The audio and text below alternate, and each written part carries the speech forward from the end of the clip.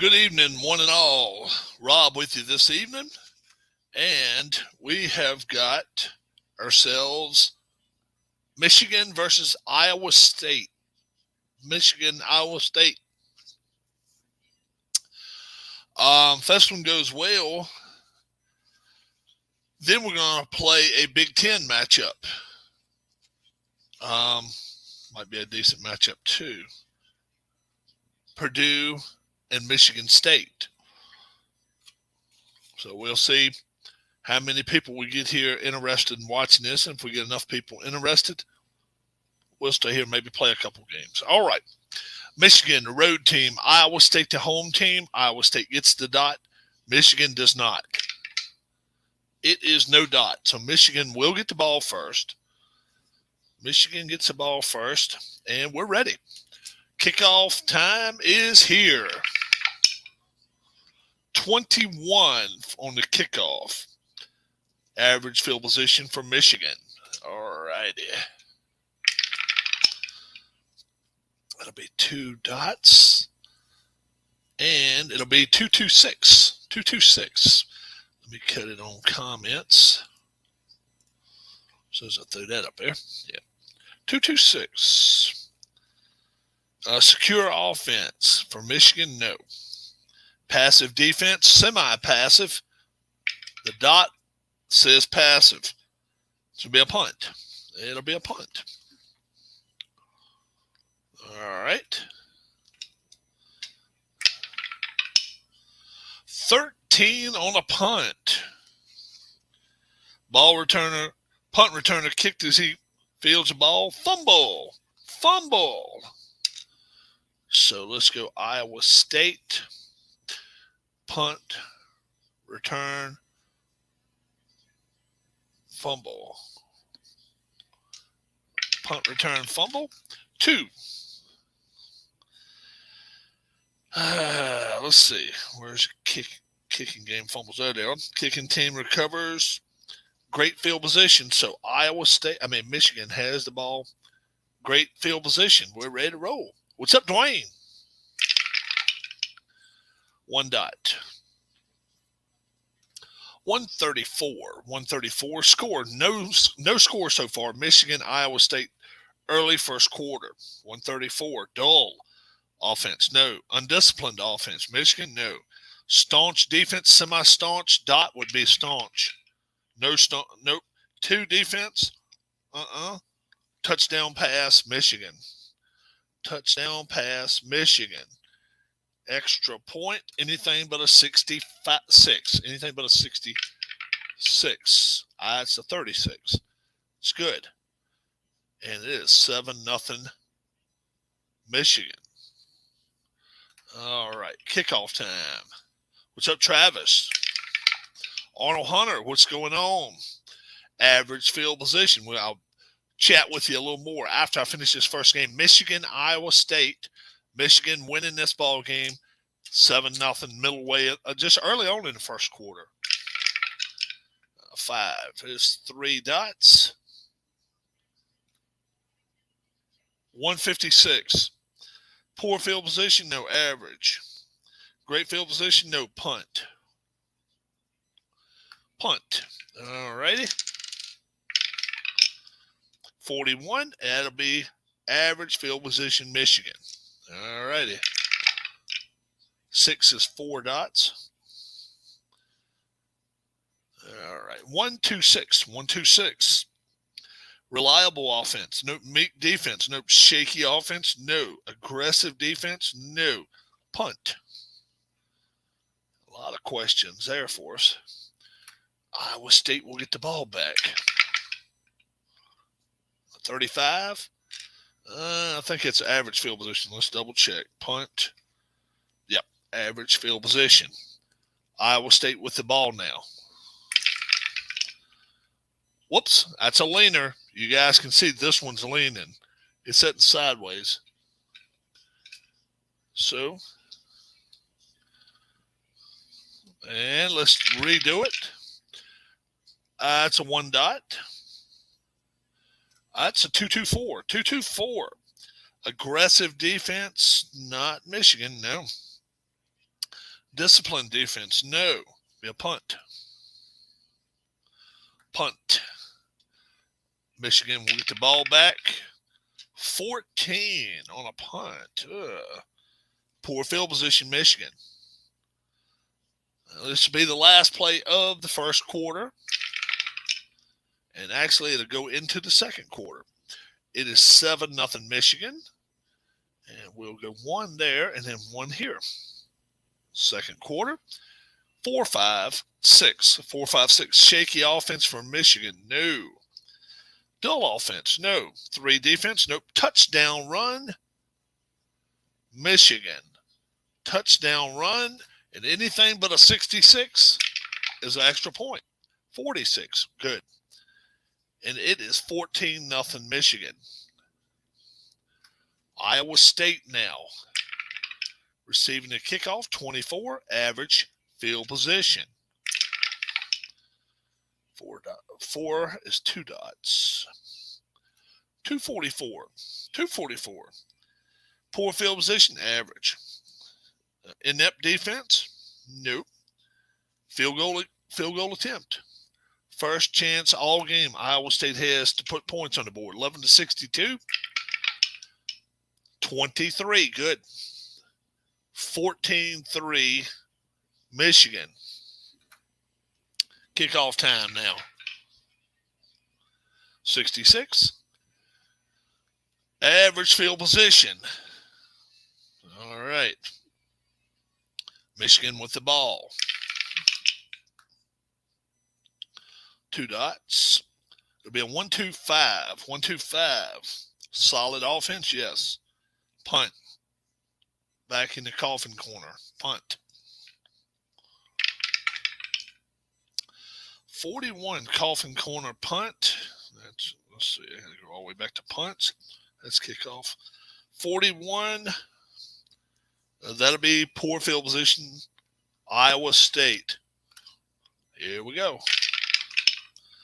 4 has 2 dots. This will be a 3-66.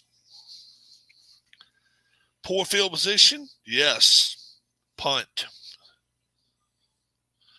Michigan will get the ball right back. Up 14-3. Michigan, 46, average field position. 3 dots. That only leaves 2 here in the first half.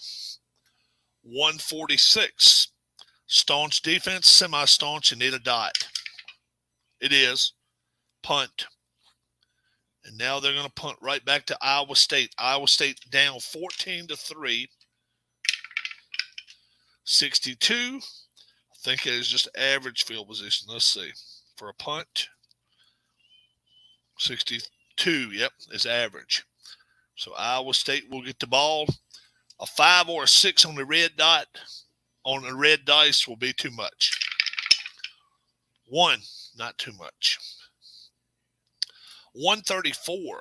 What's up, hobbyist? Dull offense. No. Undisciplined offense. No. Staunch defense. Yes, it'll be a punt. It'll be a punt, and Michigan will get the ball right back now. 21 on a punt. I think that's going to be bad field position there. 21, poor field position, Michigan. Slow game ongoing here, I know. All they can get's a 1 here. That's a 3, end of half. End of half. And Michigan had the ball the first half, so Iowa State will get the ball starting the second half. It was 14-3 is the score. All right. Here we go. Iowa State needs to turn something around second half, see if they can do it. 26. I don't think so. Kickoff. Oh, it's a kickoff in it. Yeah. Average field position. Average. Not poor. All righty. Here we go. 2 dots. 125. Solid offense? No. Punishing defense? Nope. Stiff defense? Semi-stiff. Dot says no. Punt. punt. All right. Back to Michigan. 24. That's a punt there. That'll put them in poor field position. Michigan. Poor field position. 2 dots. 346. 346. Do they have great field position? No. Erratic offense? No. Field goal attempt. Field goal attempt. 11-63 for Michigan. 12 is good. 17-3. Michigan. Iowa State now with the football. 21 on a kickoff. I think that is average field position. Not poor. I don't know why I keep marking through the poor. Average field position. Here we go. 2 dots. 134. 134. Dull. Nope. Undisciplined. Nope. Staunch defense. Yep. Be a punt. All right. Now, Michigan. 63 on a punt. Great field position, Michigan. All right. 1 dot. 135. Rusher breaks through the line, but gets clean hit. Fumble.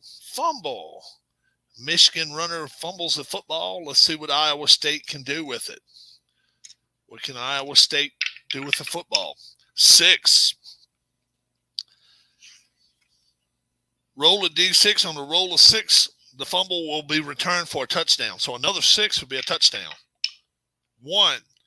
Otherwise, great field position for Iowa State. How about that? They needed that. Here we go. 3 dots. 236. 236. 5 defense. No. Prolific offense. No. It'll be a field goal attempt for Iowa State. 17-3. 11-62. 32 is good. 17-6. Michigan will get the ball with only 2 dots left in the third quarter. 21 on the kickoff is average field position. 5 is 3 dots, so it'll be an end of the quarter plus 1. End of the quarter plus 1. We'll go to the fourth quarter. They get a field goal in both teams get field goals in the third quarter. 17-6 Michigan. Let's see what a 156 is all about. 156, poor field position? No. Average. Great field position? Nope. Punt. Punt. 35 on a punt.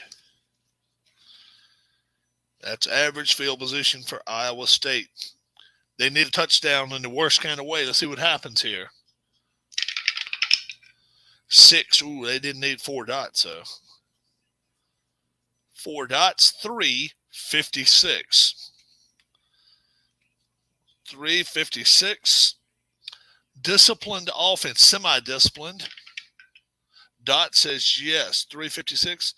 It'll be a field goal attempt. Field goal attempt. 11-62 for Iowa State. 65, no good. No good. And Michigan will get the ball now in average field position. All right, here goes Michigan.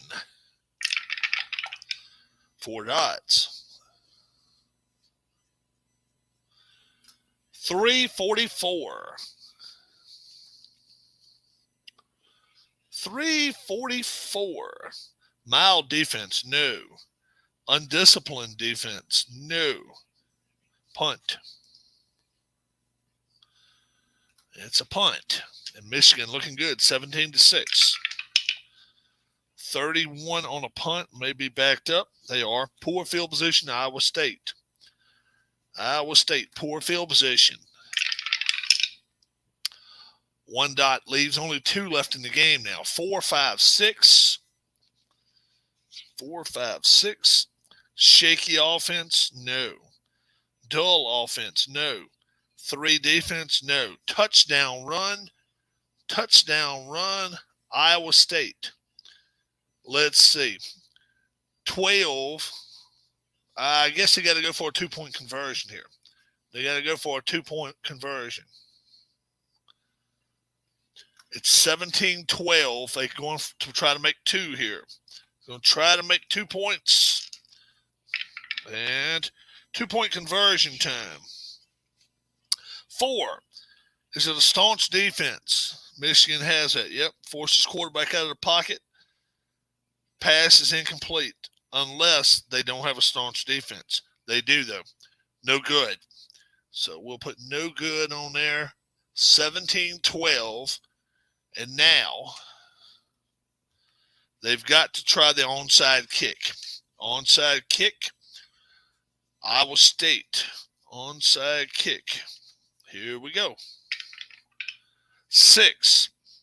Is it 2018 season or later? Yes. If this is an odd result, it'll work. The kicking team will recover with average field position. It's got to be odd. It's got to be odd. It is. It is. Wow. Onside. So it's average field position. I will put, let's see, first off, onside kick works. Onside kick works. So I'll put ISU, average field position. Now they've got to try. There's 2 dots left. What do we do, guys? I mean, they have scored once. Or do we try a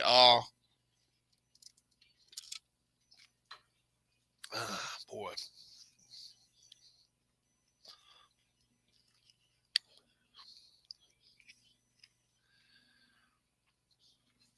What do you guys think? Just average play? Try it and hope it works. The odds are better that way, I think. But a 5 or a 6 on the red dice ends the game.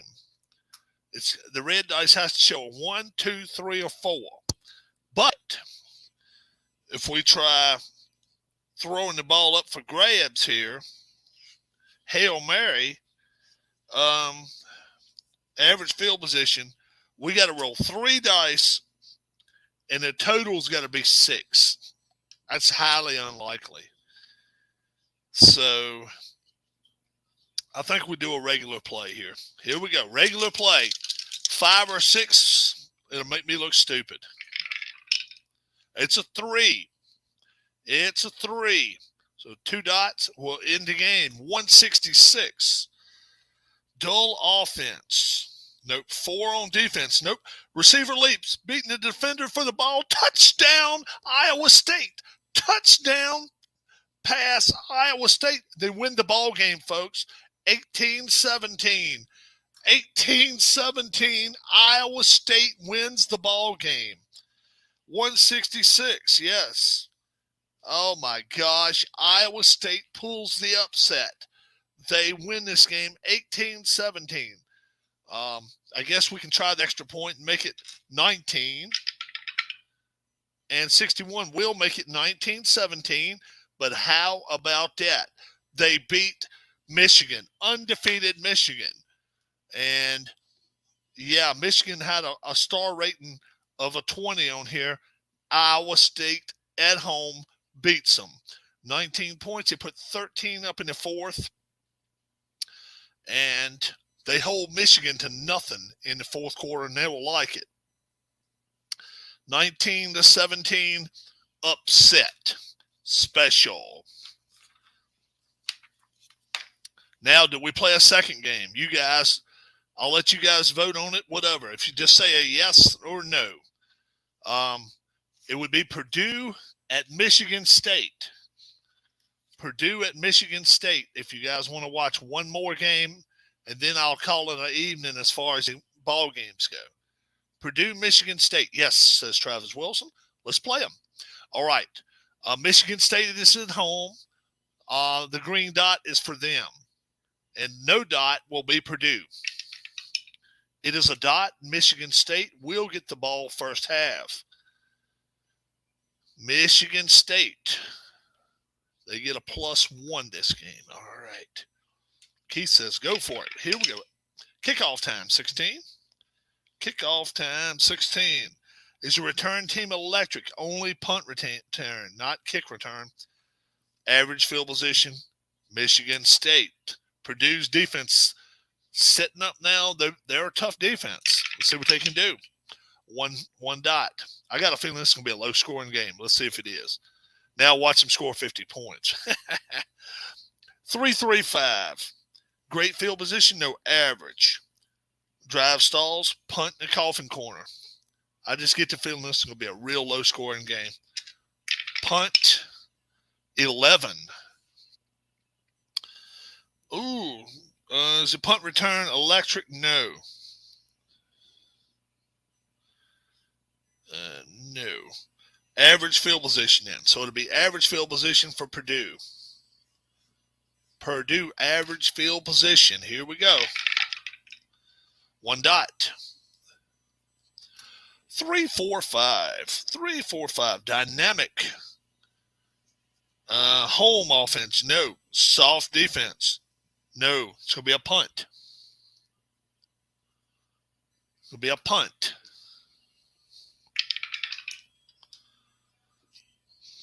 24.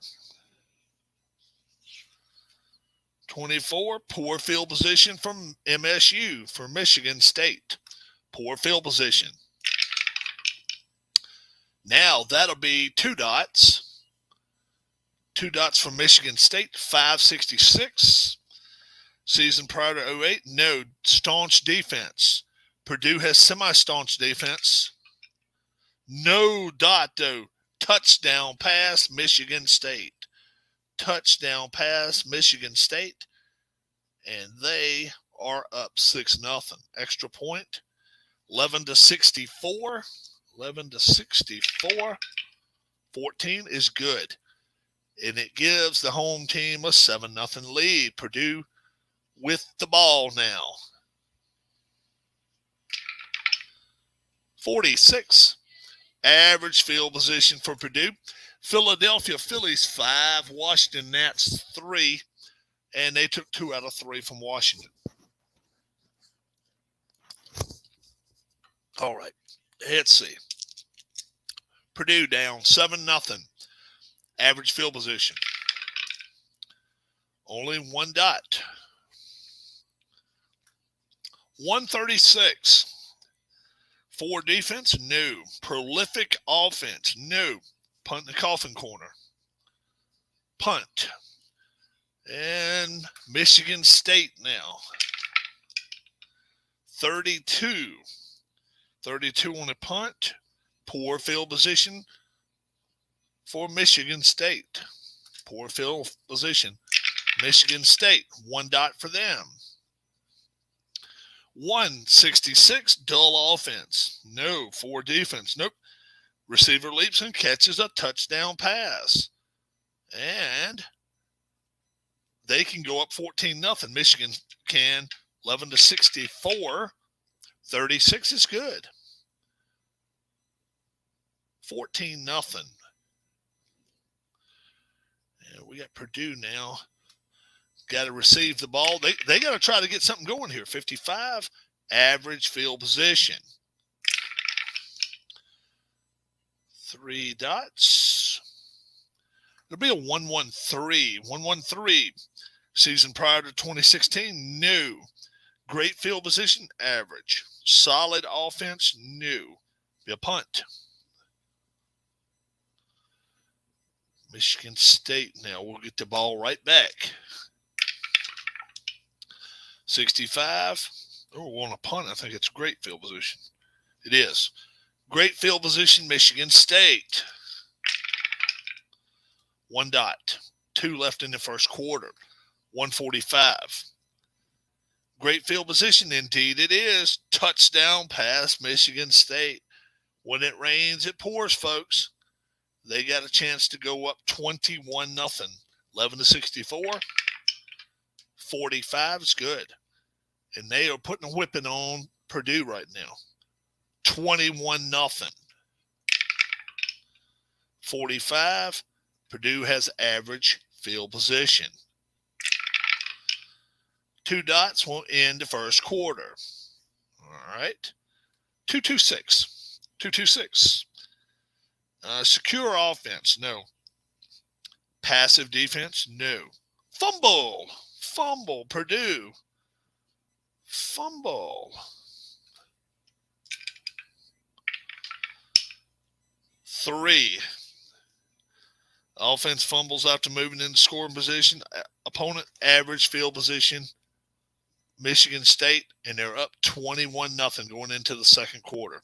Crazy. Here we go. 6 is 4 dots.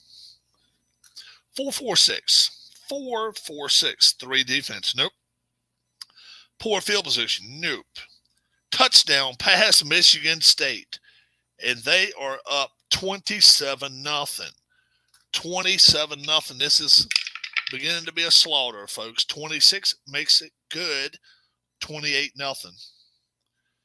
And Purdue, they're down here. This is early second quarter, folks. 28-0. I mean, this could get really, really, really bad. Purdue with the ball. 6. 4 dots. 135. 135. And I know what that is already. Russia breaks through the line. Clean hit. Fumble. Purdue fumble. They've already got 1 turnover. And this looks like it's going to be turnover number 2. This is nuts. A 1. Ball is fumbled just short of the goal line. Poor field position, Michigan State. Poor field position, but they're up 28-0. 4. That's 2 dots. Only 2 dots left in the first half. 3:44. Mild defense, no. Undisciplined defense, no. Be a punt. Wow. Michigan State's punting. And Rob, was that Darlene's advice you forwarded to me today? I don't know what you told. Let's see.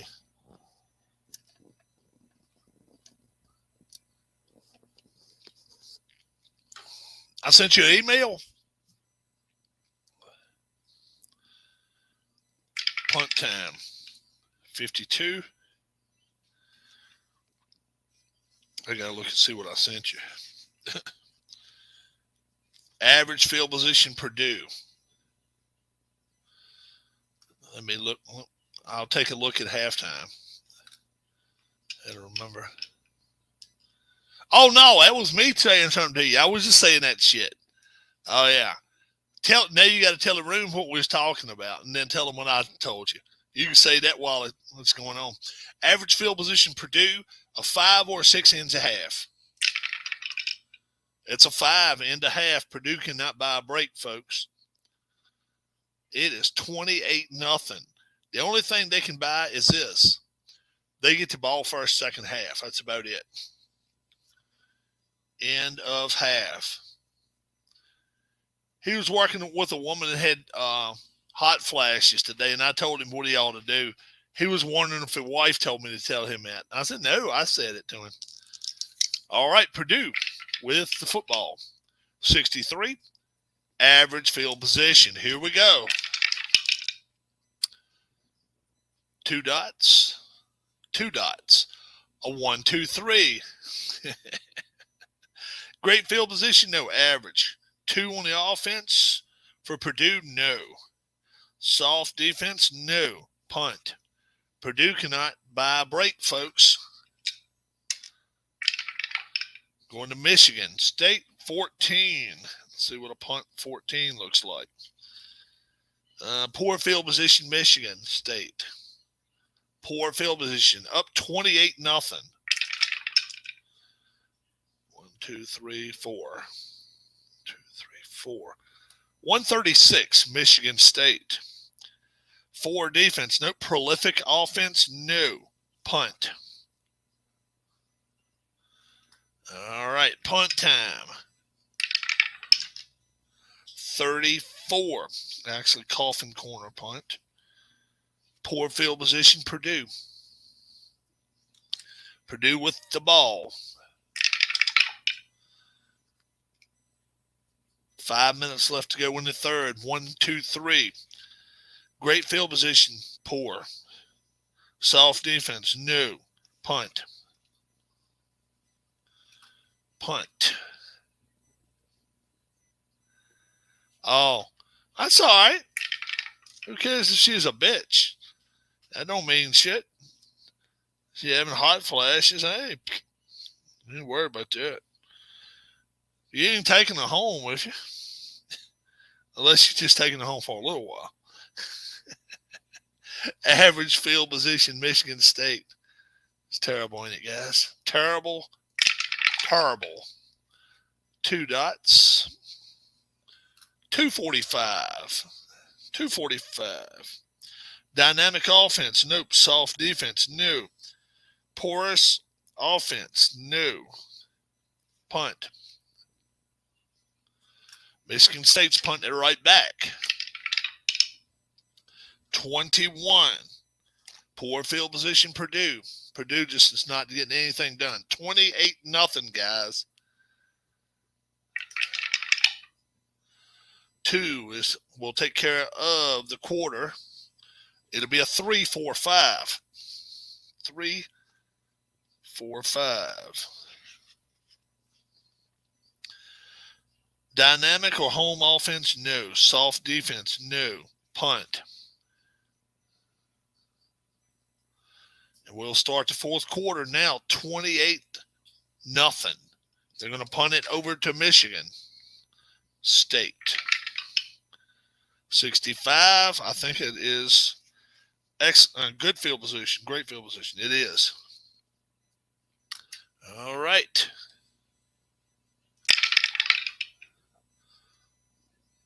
One dot. Fourth quarter. 134. Dull. Nope. Undisciplined offense. Nope. Staunch defense. Semi-staunch is here about the dot. Whoa. Got to be a dot, too. Yeah, it's a dot that time. 134. It'll be a punt. So, nothing happening now. They got to punt it to Purdue. 23 on the punt.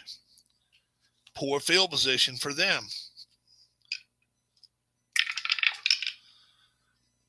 1, 2, 3, 4 dots. 28-0 to score. 1-1-2, 3 offense, no. Soft defense, no. Punt. That's all that's going on here in the second half. Michigan State. 13. This may be the first time a punt returner hit as he fields the ball. Fumble. Punt. Return. Fumble. All right. Let's see what happens. 4. Okay. Oh, boy. This is crazy. Return team recovers quickly, but with poor field position. So can you believe that? Michigan State will get the ball back. Poor field position. So no turnover. When it's working for you, it's working for you. Half fourth quarter's over. 1, 2, 3, 4. 3 left. 1-1-6. Prolific offense, new. Inept defense, no. Punt. That's all we've seen here in the second half is punts. 36 in the coffin corner. 36 in the coffin corner. Look it up one more time. right. Poor field position, Purdue. Not much time left. 245, 2 dots, and that leaves 1 dot left. 245. Dynamic offense. No. Soft defense. No. Porous offense. No. Punt. They may as well punt. They're down 28-0. No need to go for it. No need to go for it. 45. All right. 45. Average field position, Michigan State. And they should just lay on the football. They lay on the football, and it is over with. And this game was anything but a lot of fun. 28-0. 28-0. Michigan State ruins Purdue. I mean, just tears them up in 2. And that's just really, really a beatdown. Not going to play any more tonight, guys. May do some live feed. May go on live with some folks here in a second. Let's update the week 3 scores so far. Okay, I've got them right here. If you just watched it just now, Purdue just took a whipping from Michigan State. Michigan State wins 28-0, and then Michigan ends up losing the last play of the game. Iowa State pulls off the upset of Michigan, and they were ranked in our poll 6th. Not this week. 19-17, Iowa State wins. Earlier today, Ohio State, BYU, Ohio State puts up 58. And they win 58-16. The ass whipping was on from the start. They were up 30. They had 31 points first half, and they added another 27 the second half.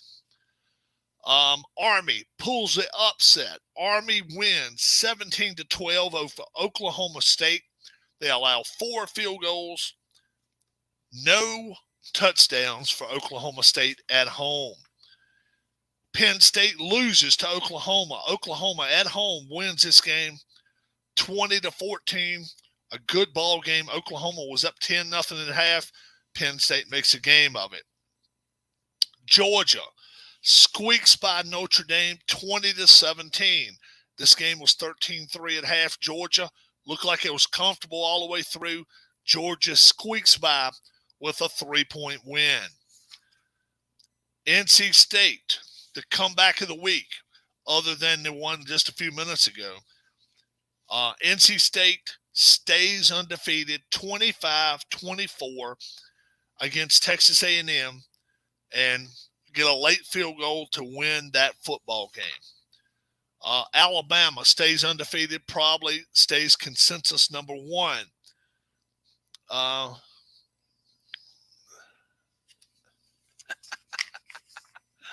Alabama wins 26-7, and that is week 3 game so far. Alabama looks like the consensus number 1 with us right now. I don't think NC State gained a lot of pointage with us this week, just due to the fact that they did just squeak a 1-point win out against a team that they should have beat pretty well. So let's do some invites here and see who wants to come in here tonight. Ken Castro just got home today. He has been in the hospital with COVID. But Brian has COVID. He was in here with us earlier and says he's not been feeling well at all. Fully understand it. I had it myself right at Christmas, you guys know. And I don't think I had it as bad as Darlene had it, but we both had it. One of my brothers has had it. My parents, thank God, they have not had it yet, and I hope they don't.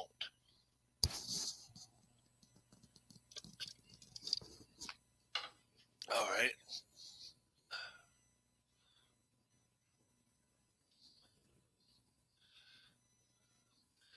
We're going to have Harris back on here soon.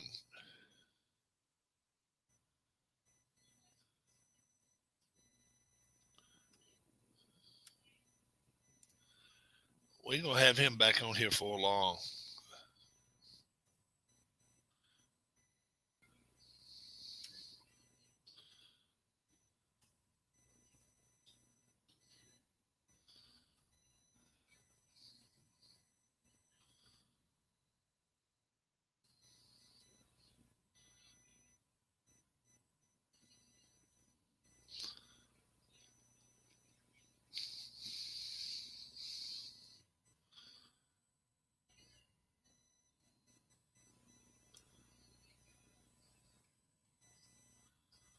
All right.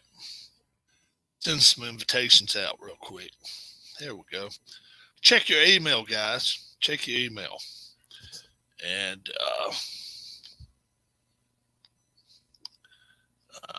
should be cool.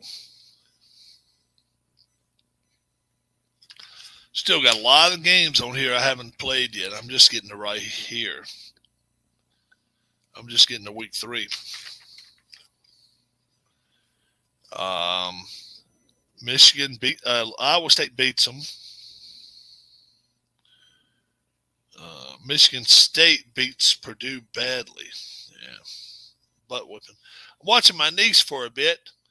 If you are still on when she's, I will hop on. Yeah, that's fine, man. You can let me know though if you got an email. That way, if you got an email, that way I know you've already got it. Mm-hmm. And that's another cool thing. If you come on and leave, you can come back on too using that as long as it's the same feed. Harris. Let's see if Harris is around tonight.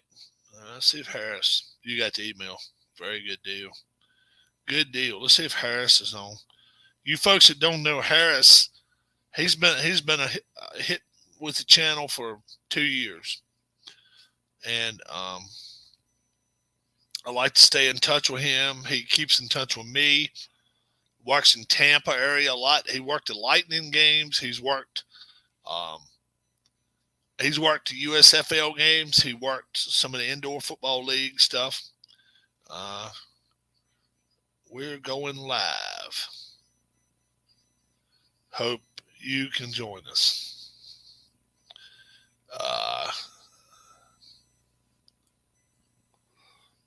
Yeah, so that's good.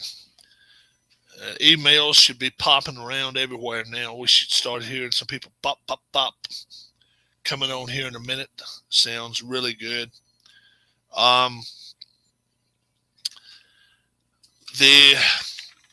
It's looking more and more now like maybe the Browns may have a sense that Watson's not getting a whole year suspension. They're thinking 4 to 8 games. I'm thinking more to the vicinity 8 to 17 games. I think he could easily get 12. If he does, it's their season. Plus, look at the money they pay in this clown. It's crazy. NC State, Duke, Wake Forest, and a representative from the University of Virginia all visit Carolina today, trying to keep North Carolina in the ACC. They want them there. It would be a natural rivalry if they could get Kansas to join. Kansas, North Carolina, natural rival right there. So I don't know. We'll see what happens. They're going to try to widen out the ACC. It's rumored that they're going to try to make a super conference with the Pac-12 in the ACC. I don't like that idea. It makes sense in some ways, but boy, oh boy, travel is going to be a nightmare for these teams. Basketball, wintertime, Boston College, Notre Dame, if they stay in the ACC, Louisville, all these teams, Virginia, Virginia Tech, Pittsburgh. It's a nightmare in the wintertime. A lot of times in the winter, I don't know what they're going to do. I think it would be better if they stayed closer to home, but they're wanting Stanford. They're wanting Oregon. Here comes Keith White to join us this evening. They're he's turning. He's got I had to turn you down on TV. Yeah, he's got us on live. He's got us on live there. About a 5-second delay. That's it. Yeah, what are you up to? No. Oh, you didn't pick my dinner tonight. Did what? You can pick what I'll have for dinner. That's a couple choices. Oh, all right. Come on, guys. Jump on the chat right here. I only get one vote, but we get 30 seconds here to vote for him. He's got Apple Baseball back here. We see that. All right. Well, I can. What do you got back here? Apple Baseball. I can do one of these. All right. Tombstone, there's nothing wrong with that. There ain't nothing wrong with that ever. And then Or I can do a couple of these with some tater tots. Pizza for me. Well, whatever I don't do tonight's going to be tomorrow night, I guess. All right. I say pizza. What these guys do? Cheddar dogs or pizza, guys? I get one vote, but they get some votes too. Hang in. Don't cut your oven on yet. A couple of guys may vote. They may say cheddar dogs. I said pizza, though. Tombstone Pizza, you can't go too much wrong with that. Those damn things pretty good. I'm not listening to David Portnoy. No, you tried his shit, right? Oh, that was awful. Yeah, it was terrible. But I mean, it wasn't a bad taste. It was just a no taste. Right. There was nothing to it. Right. It was $1.25 pizza. Okay, we got one vote each way now. Cheese dogs. Yeah. Do you watch his pizza reviews, or you don't even watch them? I have a couple. He's a jerk. Oh, he is a little bit, but I like watching his pizza reviews. This woman called him an ugly MF and shit to his face. He's done a lot of good for pizza places especially East Coast. Anyway, he's done a lot of good. Yeah, he is a jerk, no doubt about it. But yeah, I don't. A lot of millionaires become jerks, and I think he was a jerk before he became a millionaire. Just, I think he loves himself a lot, and I'm sure you'd love yourself even a little bit more too if you would become, worth $112 million in 6 months' time or a year's time. It's crazy shit. I don't begrudge him for that. I just, No, I don't either. No, I don't either. Cheese dogs. One person says pizza. Says somebody else. Where's the other guys at? Some other guys in this joint. Put your votes up, guys. Folks, guys, girls, hobbyists, Dwayne, Arnold Hunter. Yeah, where's Dwayne? I don't know. I sent him an email.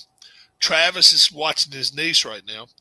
You've talked to Travis before, right? Yeah, just a couple nights ago. Yeah. All right. That's cool. Very cool. Very, very cool. Yeah, it was Tuesday night. Yeah, what he was talking about his horses. Yeah. Yeah. I would have got on with you last night, Rob. Just kind of. Dude. I had already yawned a couple times, and I was like, oh. I didn't go live. I don't know if I'll wake up again or not. I kind of did, but it wasn't. When I contacted you, I was like, yeah, you tired tonight? Hoping kind of like you would say, yeah, I'm a little tired. Like I say, I kind of woke up again, but I just. And then I don't always when I feel like that. Yeah.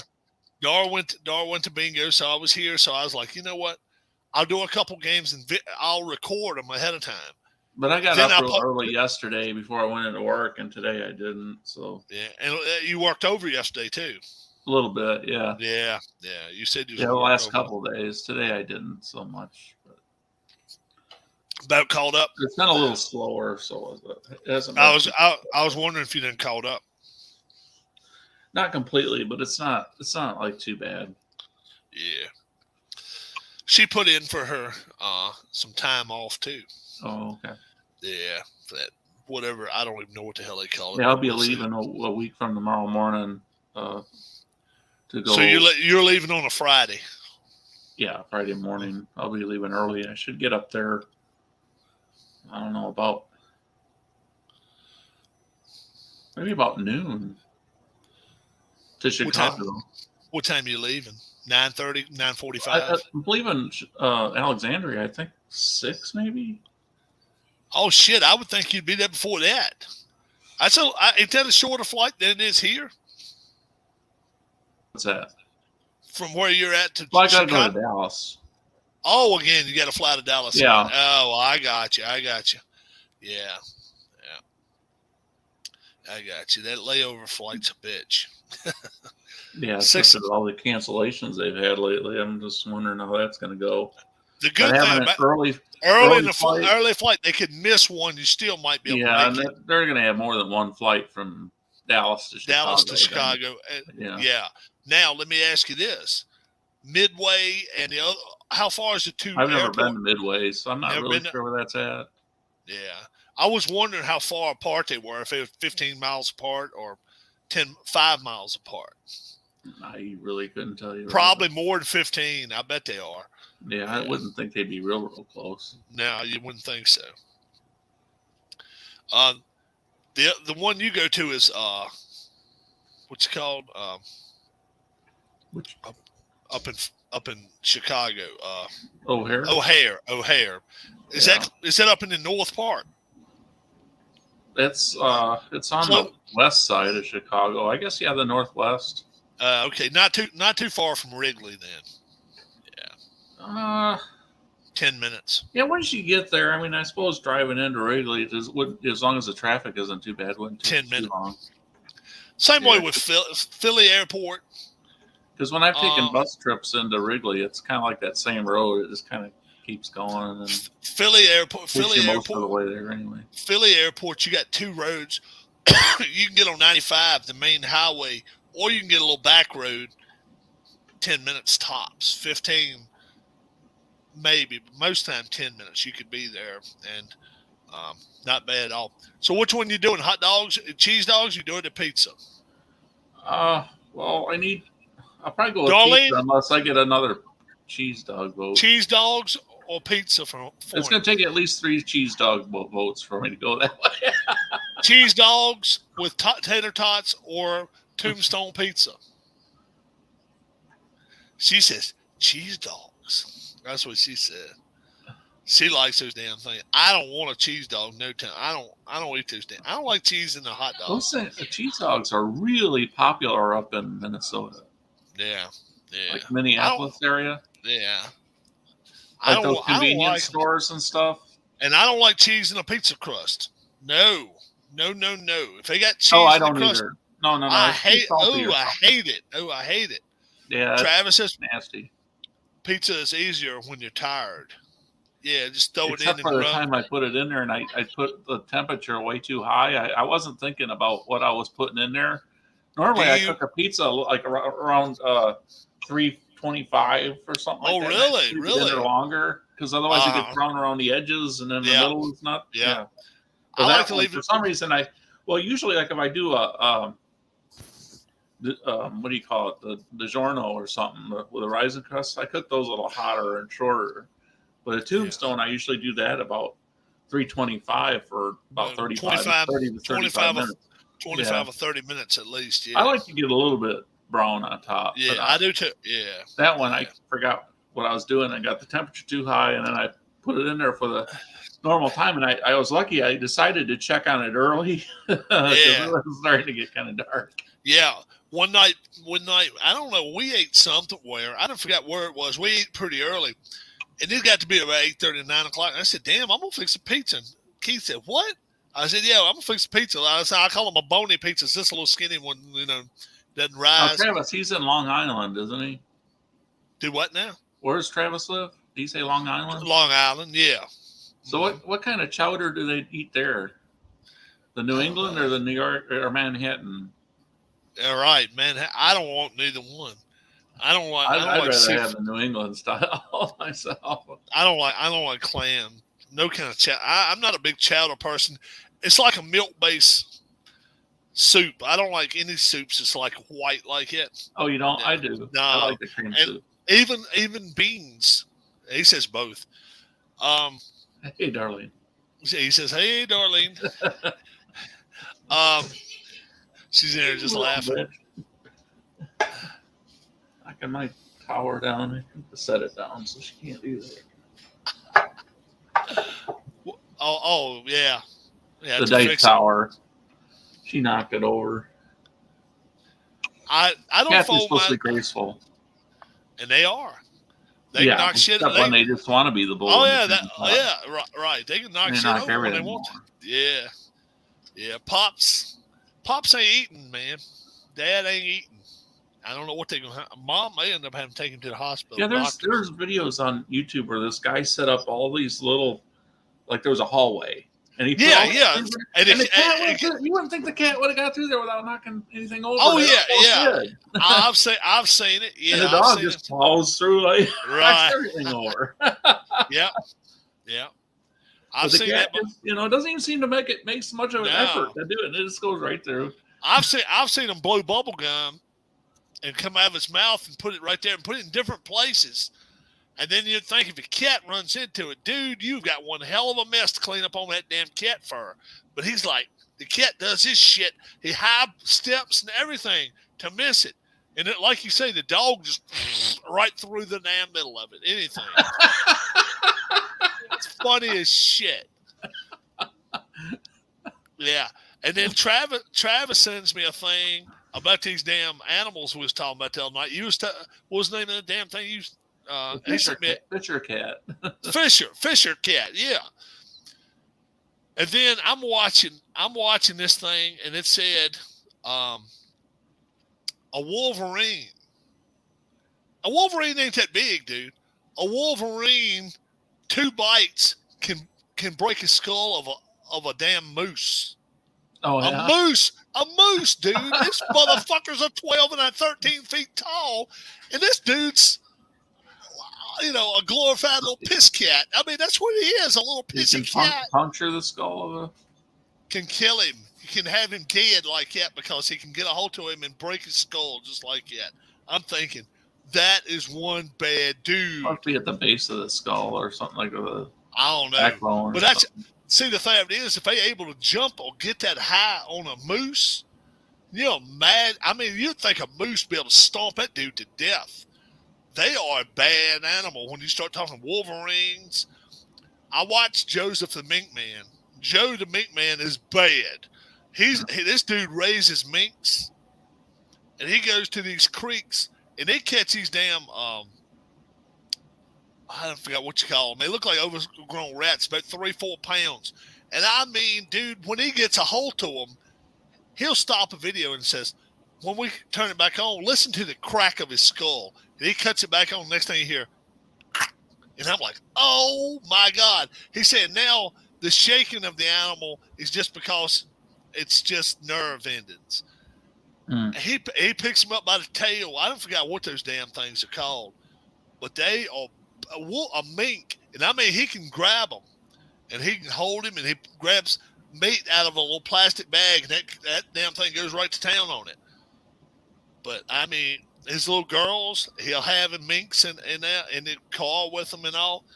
And then he'll bring 2 or 3 of his dogs with him, like German Shepherds and a Doberman and all this type stuff, along with one of those minks. And they'll go inside somebody's barn. Man, I've seen them come out with 200, 300 mice, rats, and shit. Wow. I mean, yep, that is nuts. I love watching shit like that when they go hunting them and stuff. It's funny as hell. It's so, yeah. And then I was watching this dude feeding this snakes today with mice, but I don't know, mice or rats or whatever, real big ones. And he was throwing them in there, and I mean, it was like a staple gun. Those damn, and it was over with. I mean, it was gone. I mean, they bite. Hell yeah. And then the arm sticking straight up in the eye, shaking and shit. That's funny as hell. Rigor mortis.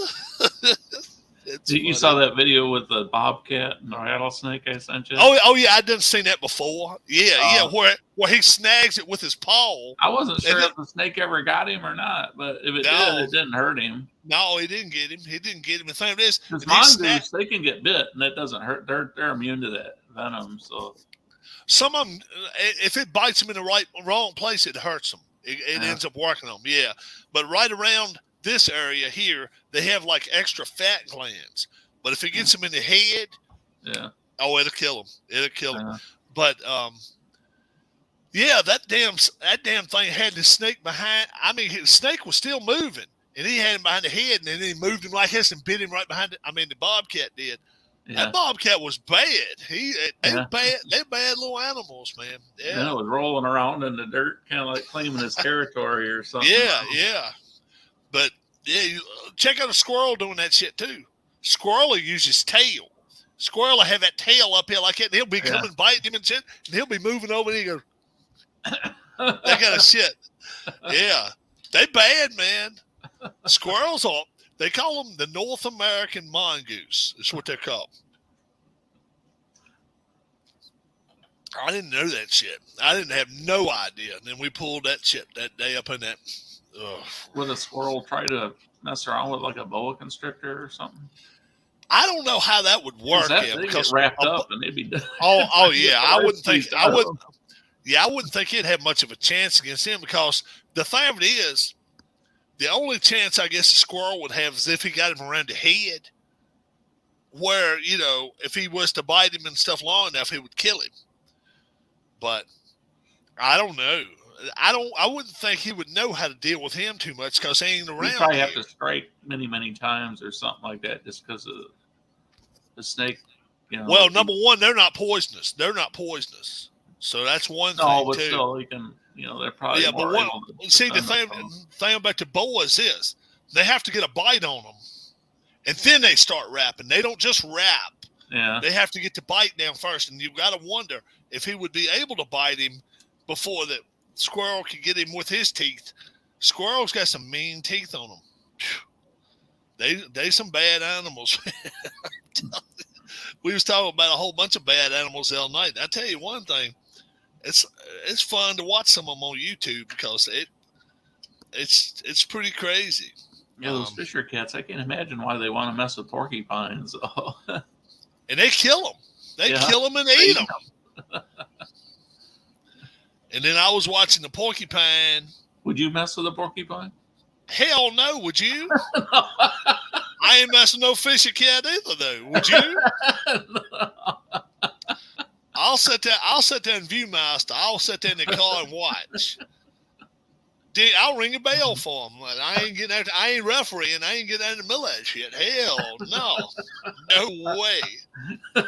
Because those damn porcupines, I don't know how they throw their quills, but if you get close enough, they can kind of shoot them at you like damn darts. Because I tell you what, I seen a damn tiger taking one on, and he took it right through the damn lip and it went right out. And he had a quill in his mouth like that. And real quick, he got the hell away from that damn dude, man. I ain't lying. Hell yeah. Little porcupine ain't no bigger than this. You might as well go up to a beehive and yeah. Take this with you. See how much of a chance it's got. Yeah, Hey, Goober, go into the beehive for this thing. See what they do. He'd be swatting himself and shocking himself. Zap, zap. I got one charging over. Those things are bad. Yeah, she went to bingo last night. Just before she got home, I was like, I'll go outside. And then I started seeing the little gnats and stuff. And I just went out there with two of them. I was double racketing. And I was going, pop, pop, pop, pop, pop, pop. It sounded like a damn gun going off. Pop, pop, pop, pop, pop, pop, pop, pop, pop, pop, pop. I was killing the hell out of some bugs out there. Yeah. So I'd love to be able to get a hold to a squirrel with one. I want to get a hold to a squirrel with one of them things, light his ass up. You're right that Brittany Griner pleaded guilty. But she said either that she didn't know it was in there or she packed it accidentally. I had no idea I had it in my suitcase. Yeah, right. You were there how long? All right, blame your wife. Blame your wife on it. Yeah. Blame it on her. Hell yeah, that looks good on you too. Who else would have put it in there? One of her teammates? The coach that's saying if it was LeBron James, they would have been done pulled him out of there by now. Bullshit. Bullshit. I'll call bullshit on it. I'll tell you why. You think LeBron's still there? What I'm saying, what I'm saying is, if LeBron did it too, he would still be there. Hell yeah, because I don't think nobody in the government's going to mess with them, going to yank their chain. Hell no. The only way I think it would happen is if somebody in our government got detained over some kind of way. This person pleaded guilty, dude. She pleads guilty. What makes her any more special than you, me, or any of us? As smart as our government is, and I don't want to get political about it or anything, but they're talking about this possible prisoner swap. Yeah. Well, we shouldn't be sending over some spy or some damn thing that's been arrested for trying to steal something. Right. That and we get Brittany Griner. For an athlete. Yeah. We don't need to be doing some stupid ass shit like that. No. If they were able to get by with being spies until we caught them, we sure as shit don't need to let them go to where they can go shave a mustache or get a facelift or something shit like it and come back over here 10 years later and you have no idea who they are. No, we don't need that shit. crazy ass stuff. Yeah. My man, Matt Sharver. Mm-hmm. He sent me stuff. He's been watching almost all of the videos, and he was like, how do you put it? Ohio State, what do you call it? Boated them? Let's see, how did he say it? It was funny the way he put it. How did he put it? Ohio's just boat raced BYU. Wow. I said they could have almost got 100 points. They scored it. Yeah, that's what he said. Yeah. Huh. And then I told him that Ohio State, Alabama's going to be a game. And he said, when do they play? I said, week 8. So week 8, that will be a good game. Harris. Oh, yeah. I'll send him this picture right here, too. I sent all my friends this. Everybody's laughing about this shit. So it looks like we got 4 people watching, but we don't have any questions or anything coming in. Yeah, I don't know, Rob. I mean, the forehead kind of is big and all that, but sounds like a girl when she talks. Looks like it could be a female. So, when she talks, sounds like a girl, but that don't mean shit. We're going live. Hope you can join us. We'll try to. Don't know how long it's going to take me to get home. I'm heading home now. It's storming its ass off here. I have never seen so much lightning at once in my life. Ooh. Let's check out the radar down there. Sold something on eBay today too. I was glad. I don't know, Travis. That's up to Rob, I guess. Oh, we can stay on a while, bud. I've got nowhere to be. You got anywhere to be, Keith? Just in the kitchen. Well, you can go get your pizza anytime. You got it in the oven already? No. Oh, go and throw it in the oven if you want to. Well, I gotta help you hold down the show. Dude, have you got the oven turned on yet? No. Go warm the oven up anyway. At least do that shit. I don't do none of that preheating shit. I just put it in there. No, you don't warm your oven up before you throw the damn pizza in. Mm-hmm. Oh shit! I'm saying warm the damn oven up and still cook it for 25 minutes. That's why you cook it 35 because you damn first 10 minutes. Yeah, I do add a couple minutes because it's got to warm up. Yeah, I got you. Yeah, we'll be on a while. It still cooks some stuff faster than what the time says. So yeah, that's another reason I don't preheat it because tater tots. Do you put them in the oven or do you have a air fryer? Them in the oven. We got an air fryer. No, those are kind of tricky because and maybe it's just me, but the tater tots, you cook them and of course they got to defrost and everything. But I've noticed that I can cook them and they can look like they're done, and they'll be hot and everything, but they'll crumble apart real easy. Well, if you leave them in there another couple of minutes or so, then it seems like they taste the same, but they hold together better. Travis says, "Give me 10 minutes. I just have to be at work at 5 a.m." I don't either, Keith. He was talking about something, but maybe he don't heat the oven up either. Yeah, maybe he don't heat his oven up either, like you don't. Yeah, preheat. Yeah, a lot of people don't. I thought if I'm cooking like a chicken casserole, I guess he's saying he can't stay on real late because he's got to get up early. He can be on in 10 minutes, but he can't stay on real long. Well, it just says I don't either, Keith. That's what he says at the end. Well, he just didn't punctuate. He's saying give him 10 minutes and he can come on here, but he's got to be to work by 5, so he's probably not going to stay on real long. I don't know. We'll see. We'll see what he means. That he doesn't preheat it. It's like I don't know. We'll see what he says. Yeah. Whichever way, but Harry says he might make it. I want to see how bad it's storming there. So let's see. Weather radar, Orlando, Florida. Let's see what I guess I was texting with you about this before, but with the NFL season coming up, I don't know if it's just the design of the league, the parity that everything is nowadays, but it's really hard to just write teams off for not having, and you got a certain number of playoff teams too. You got like 14 out of the 32 that get in the postseason. And I gave you a couple that I texted you. What was it? The Texans might be a team that I would say now aren't going to get in. And then I don't know what the other one was. Maybe the Atlanta. That was it. And I'm not even sure about them, but I just don't know what they got for a quarterback and everything. Right. They just seem to be in a rebuild. Yep. So Seattle too. I think Seattle's got a slight chance though. If they the problem is the division they're in.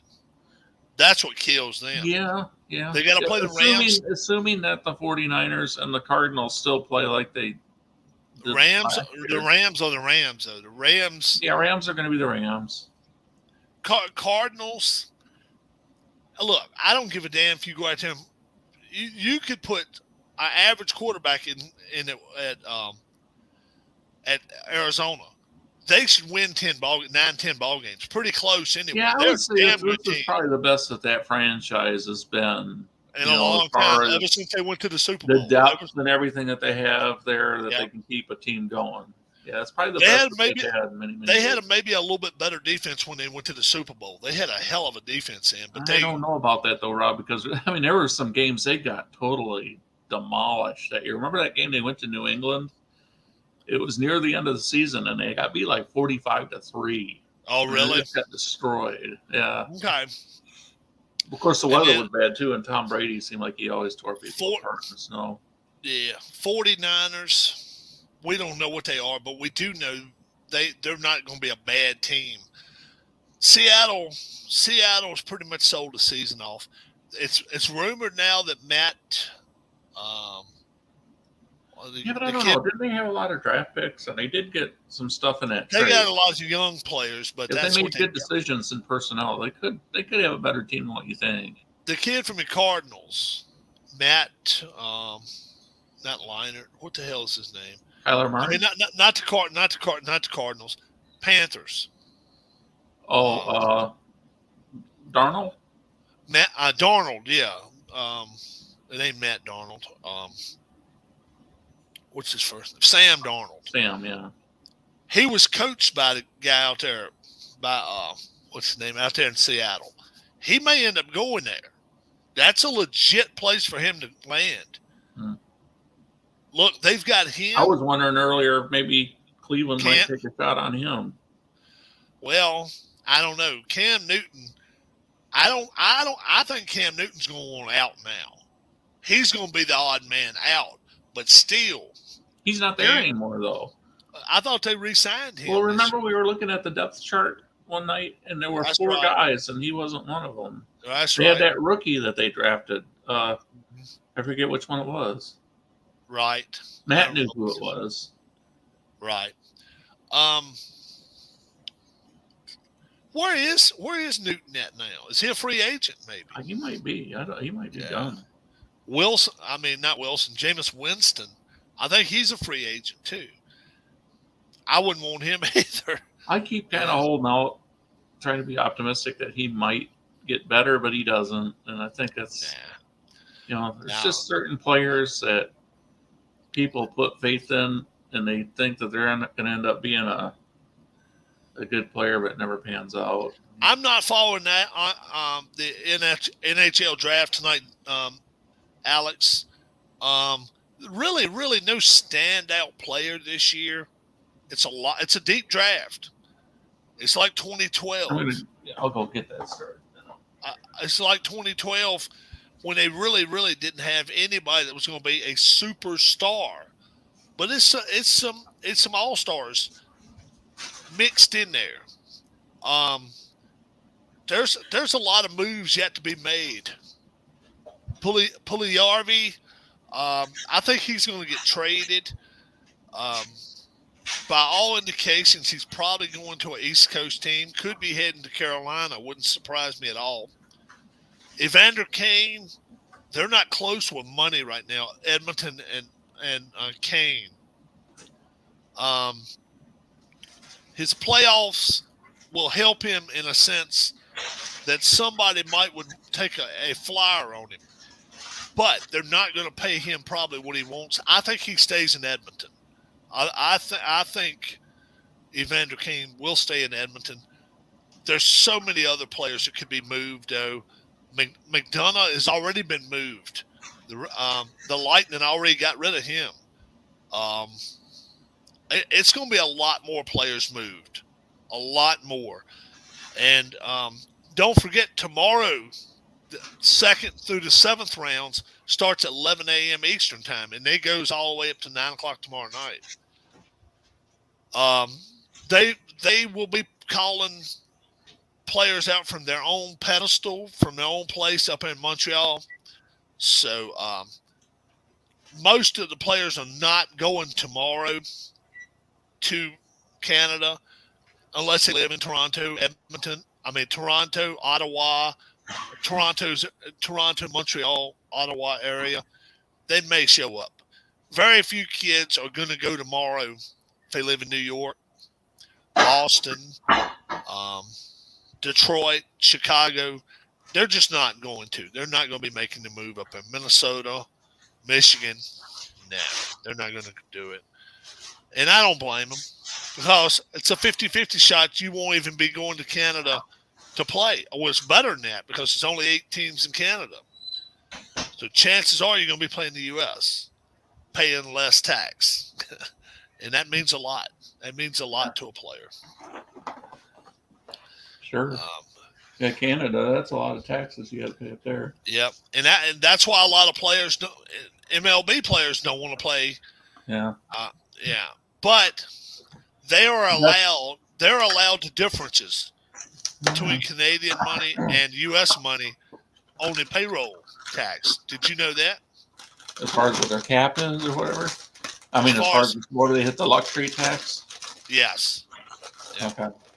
So they're allowed Canadian money equal to what the American have. So what kind of chips we eat? Cheez-Its. Cheez-Its, yeah. Yeah. I like them ones that's real the toasted Cheez-Its, real extra toasted ones. I didn't get those. But. Yeah. So, but yeah, Alex, I'm not following the NHL draft tonight. I did last year. I wanted to see where the kid was going last year, and he ended up going to the Rangers. This year's not so much, there's more. If you not many 96, 97, 98, 99, or 100 players on like an NHL game. It's going to be more 87, 88s, 89s, and 90s out of 100. Were the Rangers pretty good this year? Rangers were decent. They were in the playoffs and they got a ways. I know they got pretty deep, but I didn't know. They weren't a bad team. their rookie did not play for them as well as they were hoping he would. And that was their letdown. Here comes Travis now. What's going on? Hey, Travis.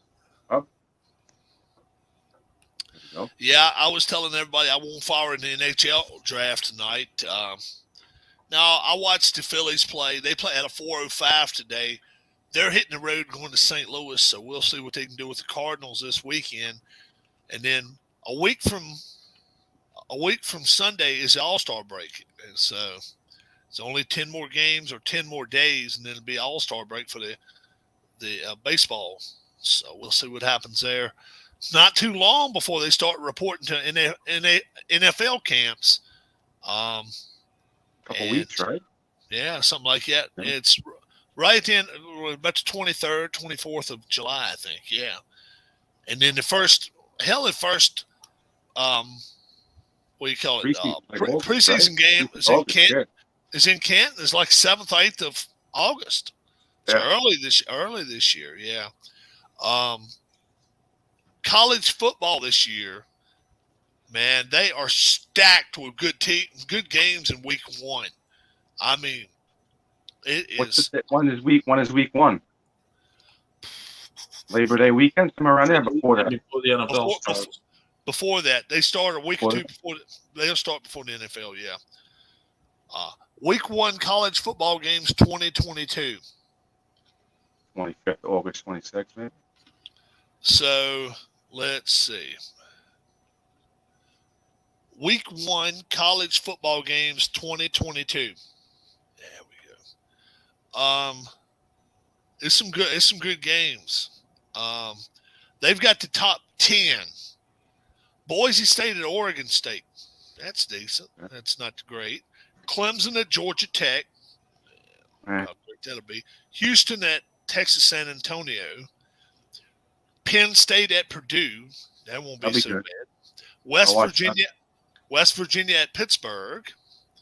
Cincinnati at Arkansas. Utah at Florida. Now, wasn't University of Texas San Antonio one of those teams that was doing pretty good for a while last year? They were in the top 25. So they went 7-0, 8-0, and then they lost a couple. Mm-hmm. Top 3, Florida State at LSU in New Orleans. Oregon at national champion Georgia in Atlanta. Oregon and Georgia. Notre Dame at Ohio State week 1. That's a good game. That's a good game. Yeah. That's going to be some good games. Who's home for that, or is it a neutral site? I think they're playing at Ohio State. Let's see. Okay. Let's see. For a school like Notre Dame or any of those underdogs, that might be the time you want to catch a team like Ohio State is week 1. Yeah. You got it. Of course, your guys got to be ready. Who, Alabama? No, like Notre Dame, they got to have their guys ready though. Yeah. Oh yeah. Notre Dame at Ohio State. Notre Dame at Ohio State. It's straight up September 3rd. So, yeah, you're right. It is that weekend. It's at Ohio State. Big advantage there to be in the horseshoe. Yeah. Yep. Big advantage there. Do they have any good games like in the early part of that week, like that Wednesday or Thursday? Probably would be one or two of those other games we said. Maybe Florida State and LSU at New Orleans. That should be a good game, especially with Brian Kelly going down to LSU. That's some crazy stuff. Week 1 in the NFL, Baker Mayfield gets traded from the Browns to the Panthers. Week 1, Panthers versus Browns. So that should be interesting. Who's that really good defensive lineman that the Browns have that'll be chasing Mayfield around all day?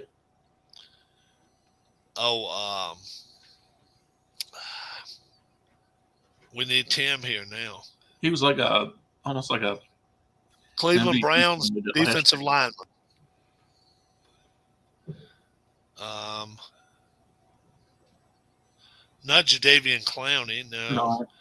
Akeem Hicks, No. Cameron Wembley, no. No. Sean Rogers, No. Orpheus Roy, no. He's a linebacker. I thought it was the Browns. Damian Square, no. Sheldon Richardson, Malik Jackson, No. no. No. Chandler maybe- Chandler No. Chandler Jones, No. I'll look. You don't have to. Miles Garrett. Miles Garrett. That might be it. Yeah, I think that's it. Miles Garrett. That's who you're talking about. Yeah, he was really, really good last year. 8-9 last year. That is a team that is underperformed every year for the last, I don't know how many. The quarterbacks they've drafted over the years have just flopped, like Tim Couch and a guy from Yeah. Notre Dame. And then they had the guy from Kozar won't that great. Testaverde, I mean, Kozar was the best. Kozar was good compared to these other Yeah. bums I drafted. Yeah.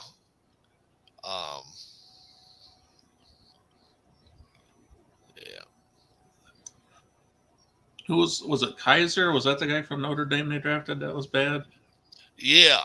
Yeah. And then Manziel. Yeah. Yeah. Johnny Manziel. Oh my Lord. Yeah. You're talking about a clown. I think between him and Baker, I believe Manziel is even a bigger clown. I just think this is what I think. I think Mayfield just thinks he's great, and he's not that good. He's just not that good. Manziel, I think, was a better quarterback than Mayfield.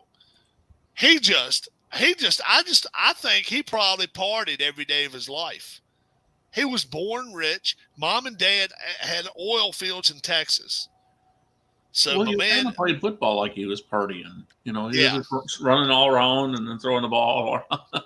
he was a lot. He Trying to be was a lot. open. He was a lot like a Brett Favre, but in college. That's pretty much what he was. Yeah, Brett Favre just pretty much slung it everywhere around the block.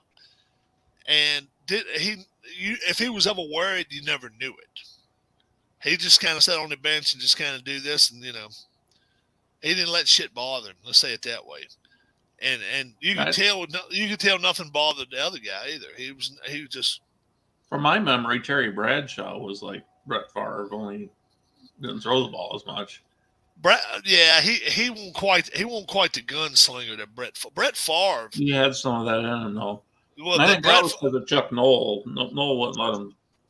Brett Favre could get chased by 25 yards, sideways and backwards and shit. He would take a ball and go underhand and just sling it as far as he could throw it.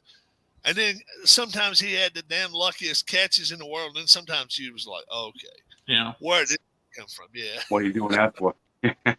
Some of those highlights I have of Fran Tarkington back in the day where he'd scramble around for about a minute off the clock and then he'd throw it down. It was like the Flutie play. Staubach was a lot like it, but he was more under control. Yeah. Very seldom did you see him throw a football that he couldn't see, at least in front of him. Yeah. He was very, very, but he could escape. He had a Houdini in him. Yeah. Staubach did. Yeah, a whole lot. Steve Young had a little bit of that in him too. Elway could do that. Yeah. Elway could run away, and Elway couldn't run, man. Tony Romo could do that. Yeah. But Big fan club over here. Yeah, Romo could do that, but then he'd throw it right in the middle of somebody else's hands on the other team. Well, but he could go back 25 yards, pick up the ball, and then run for about 50 yards to get a first down. Yeah, but I hear this stuff all the time. And I saw this the other day, and I'm like, okay, put the brakes on it there. Colin Coward or whatever the hell his name was. He says there is a list of players. There's a this was 10 minutes before Baker Mayfield gets traded. There's 8 teams that could use Baker Mayfield right now, and he put Washington up there, Carolina, But this is the same Atlanta. guy that said that Jones for the Patriots wasn't that good, right? What was a 1 year wonder? Yeah, he's hit his ceiling already. Mac Jones, yeah. So anyway, he goes putting all the elite quarterbacks in a list. Then he says, "Well, these are teams that don't need quarterbacks," and he put them on there like Mac Jones. And he even put Trevor Lawrence on. I'm like, okay, yeah, maybe they're not elite. But, dude, I know they're every bit as good as one of these elite quarterbacks you got on there. The kid Carr from the Raiders, he had him as an elite quarterback. I'm like, hell no. What universe? You're right. You tell me right now, if I get 100 people out here voting. That's like saying that Alex Smith was an elite quarterback. Yeah. You get 50 votes out there. Mac Jones for the Patriots, or would you rather have the kid for the Raiders? I don't even think it's close. Hell no. The kid for the Patriots played within himself. He played good enough, and he was a Pro Bowler. And I tell you what, he took a team a lot further than they probably should have went. It's crazy. Where do you rank that quarterback that Buffalo has? To me, Allen? I still worry he might be a little. Josh Allen? Josh Allen, he's in the top 10, but I don't think he's in the top 5. He's easily in the top 10, but I just don't know. I still put Brady. I still put Brady ahead of him right now. I'll put dangerous level is a 10 for him. The way he runs, he's going to get hurt. He's gonna get hurt. Yeah, Travis and me agree on it. The kid, he'll stay back in the pocket 2-3 seconds and runs. He doesn't try to run sideways to get more time to throw the football. He runs and takes some clobbering hits. Takes some hits. Yeah, runs into traffic. He's 6'6", 6'7", and so far he hasn't run into the freight train that's going to rail him. But eventually it's going to happen. Keeps doing it, it's going to happen. Yeah. See, to me, I think he's a lot more versed as far as being a quarterback than the kid from the Chargers. But I'd rather have a kid from the Chargers now. But I'd rather have Herbert right now. I would rather have Herbert. He scares me too much, man. If he ever – the kid's got the best arm in the NFL. I'm talking about Allen. Best arm in the NFL. If he can learn to say, okay, let's slow the game down. I'm 6'6". I'm 6'7". I stand above all these players. I can see what I want to see. I'm not 5'9", 5'10" like this kid in the Cardinals. I mean, he's 9 inches taller than him. It's crazy. I'm a big guy. If I see something coming after me, I know how to throw the football away. And we can go to the next down and live that way. If I don't turn the football over and if I don't get hurt, we should be there at the end. We're a better team than Kansas City this year. We're a better team than the Raiders this year. We're a better team than Baltimore is. I think they're a better team than the Bengals overall. That was the quarterback I was going to ask you.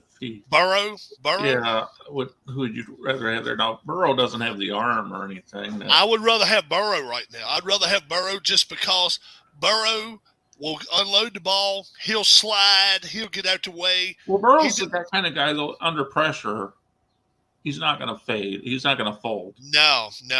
Because he had so much pressure on him last year in the whole playoffs, and he took them all the way through.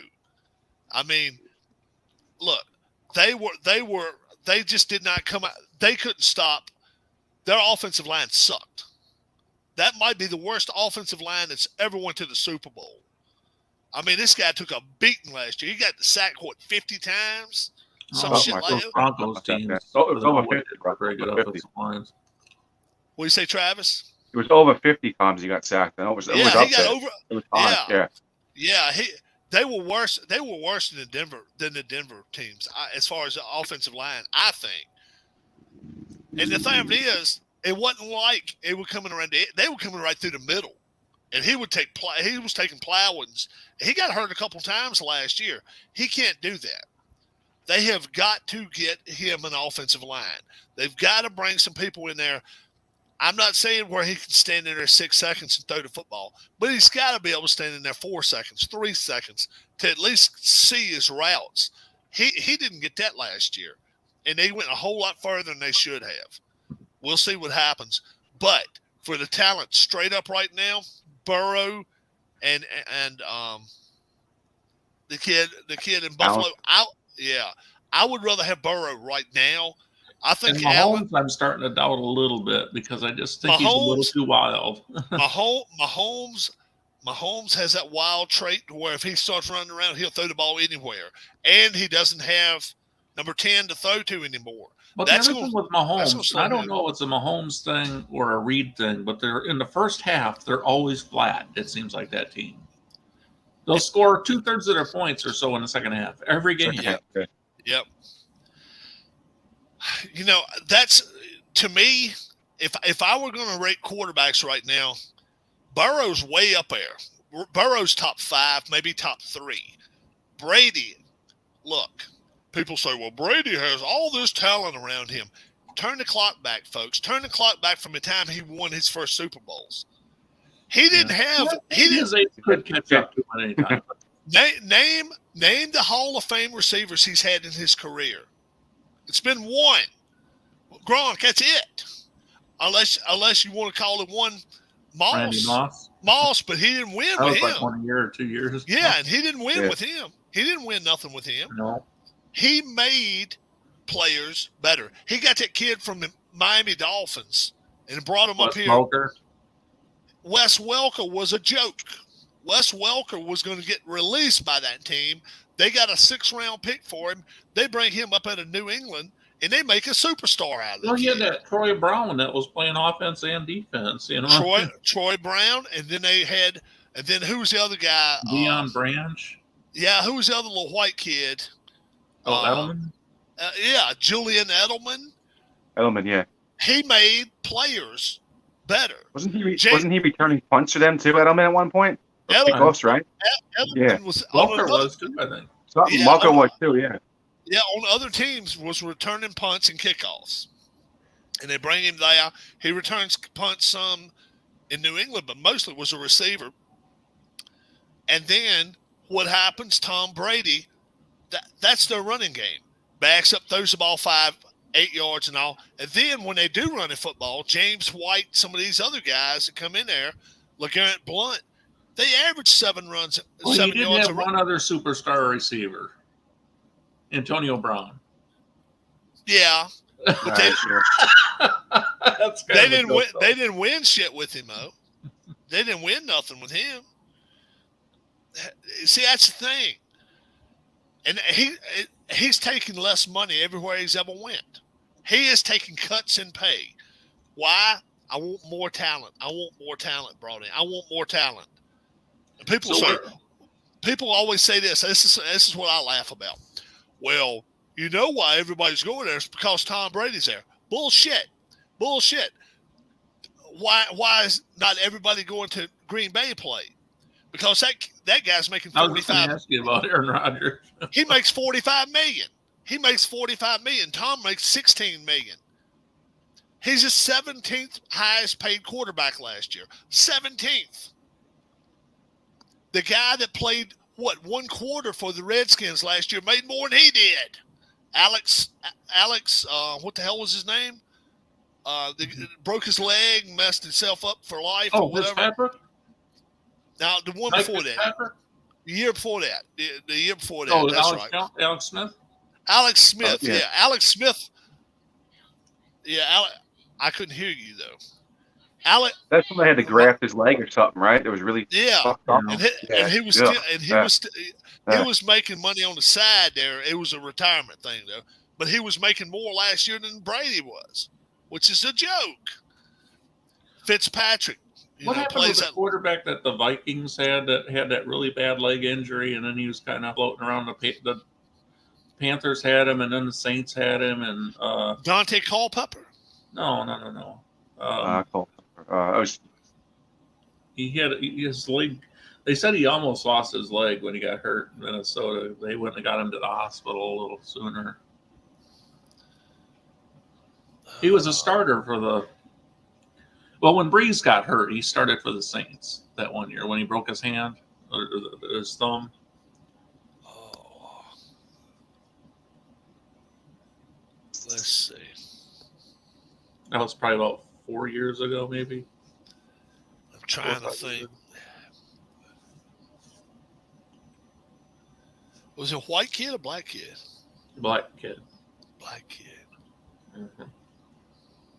He wasn't real sharp with the Saints, but he did get some wins for him, and because he just kind of managed the games pretty well. And then the Panthers, I think, had him as a starter the next year. Oh, I think I know who you're talking about.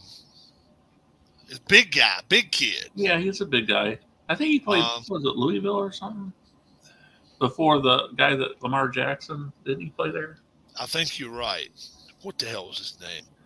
Didn't he go, maybe went and played for the Raiders too at the time? I don't know. He might have. I was wondering if he was still playing though, because he passed Louisville Cardinal quarterbacks. I'm not sure if he was with Louisville, but that's what I'm kind of wondering. Let's see.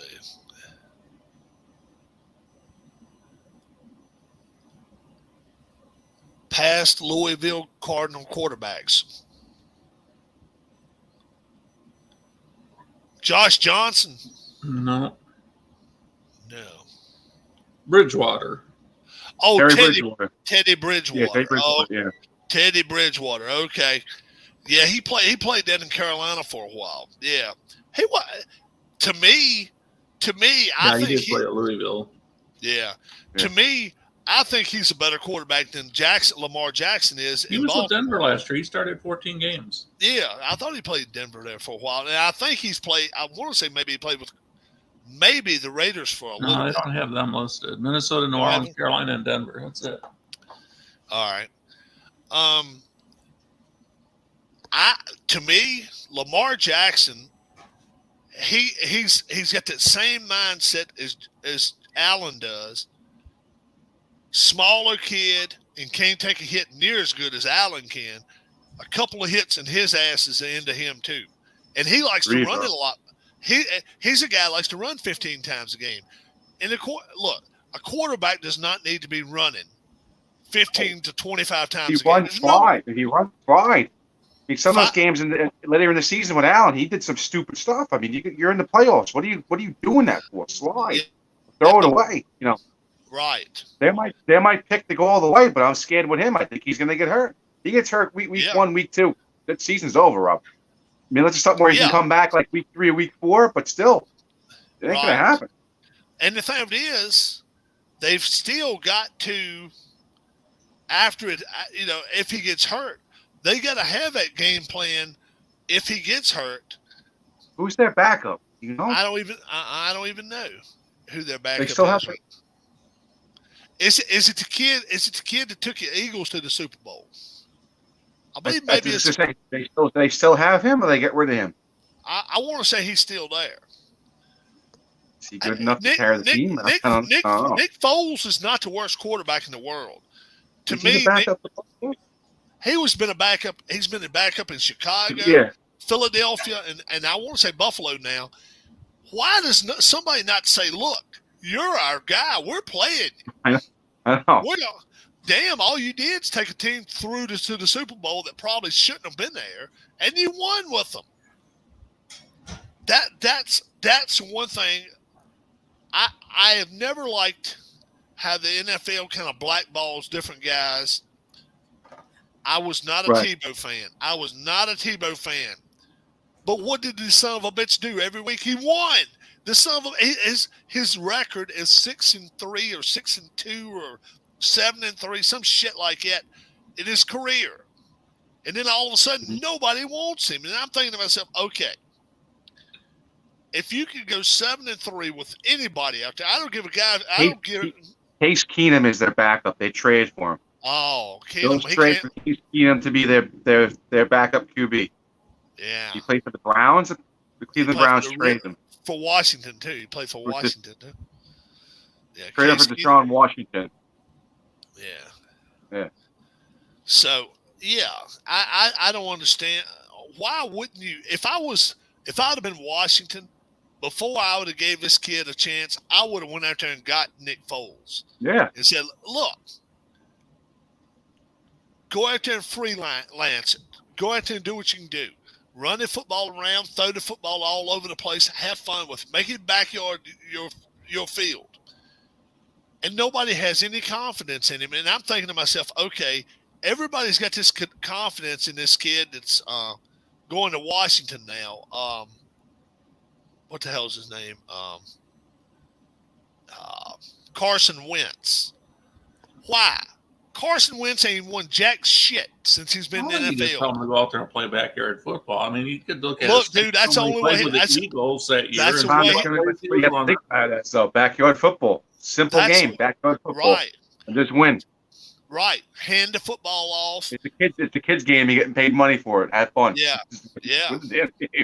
I'm saying you might want to just look at what kind of plays he was running for the Eagles. The stuff that was working. It looks like we're good to him. Just have your coach work on and say, okay, what are you good at? Let's see what Spit out your food. What kind on of place the we can camera. get out of you? Spit out your food on the camera. Keith says numbers. No, I'm not going to do that. Not on purpose, anyway. Right. But if I start coughing or something, that could be a problem. But I'm like this. Look at some of these starting quarterbacks in the NFL, and you're going to tell me that the kid that won a Super Bowl 3 years ago is not able to get out there. He's healthy. He hadn't played that many games. Come on, it's garbage. I don't understand it. Nick Foles would be my quarterback if I was in Washington right now. But and the thing of it is, some of these owner GMs are fools. They're fools. Look at what Cleveland did as far as money for Deshaun Watson. It's $170 million guaranteed. If an asshole never touches the field, if he gets this year, let's say he gets banned from the league. This dude gets he gets that $170 million, barring that he doesn't go to jail. If he goes to jail, then there's a waiver in part of his money, I think. But if he doesn't go to jail, and this is just a civil suit. Did the league share their intentions on him? The league is laying as low as possible. Yeah, but it just seems like they played kind of dirty with that because they let the Browns go through and make a deal like that, and then did the Browns know? They never did tell him. Was going to crack down on him. They never told the Browns that he was going to be able to play this year. They never said that to him. The Browns were under the expectation. I mean, you think that because of what the league did, they'd almost have to compensate the Browns a draft pick or something, a compensatory pick or something. I don't understand why, though. Why? I'm like this. All right. It's like me and you, Keith. And let's say I got a car out here in my driveway. You do, don't you? I got a couple, but let's say it's a 20. Let's say it's a 2024 Mercedes, and I say it for $180,000 like that one. But you can have for $130,000 because it only has 3,000 miles on it, and then you leave my driveway, and you get as far as 500 miles, and the son of a bitch conks out on you. It's the same damn thing. It's the same difference. There's specific laws for that, though. The Browns knew what they were buying, dude. They knew they were buying goods that were not. Look, damaged goods. Damaged goods. With the car, you can take it to the mechanic. That's what they always talk about on sports shows. And you can you take your guy you're going to sign and say, okay, we're going to fly to the league office, and we're going to have them check you out. And then if they he had to pass a physical. He had to pass a physical, but physical is nothing when you're going to get for off the field stuff. I'm like some kind of medical clause in there. I don't think it's like they get rid of them, but it's some kind of medical clause. Right. I don't know how long it lasts, but there's something in there. But you're basically buying. I mean, you're buying expectations. You're not buying product or a commodity. Right. It doesn't work out. Doesn't work out. It's like buying a horse. You could buy the best horse, doesn't run, you lose all that money. So you're not going to get compensated for that. And the fact is, the league had not told Houston anything. So why the hell should they have to divulge anything to Cleveland? They are still sitting on. They didn't say shit last year till August 1st. August 1st. And then they came down the hammer and said, look, it's a year. But look, Cleveland was dumbasses. Not only are we going to give you I can't argue against that. We're going to give you the mansion. Let's give you 3 number ones. Let's give you 2 number twos. Let's give you 2 5s and 2 7s. Shit, while you at it, why don't you go pull your drawers down and take one up the ass too while you at it, dumbasses. And the other thing is, even though Watson played well at times in Houston, I never saw the kind of performance that warranted that kind of a contract. Right, exactly. And that's the thing. Even if he were going to play for him, is he worth that? And then number 2, nobody else was bidding against you, you stupid bastards. You could have said, I'll give you a 1, a 3, and a 5.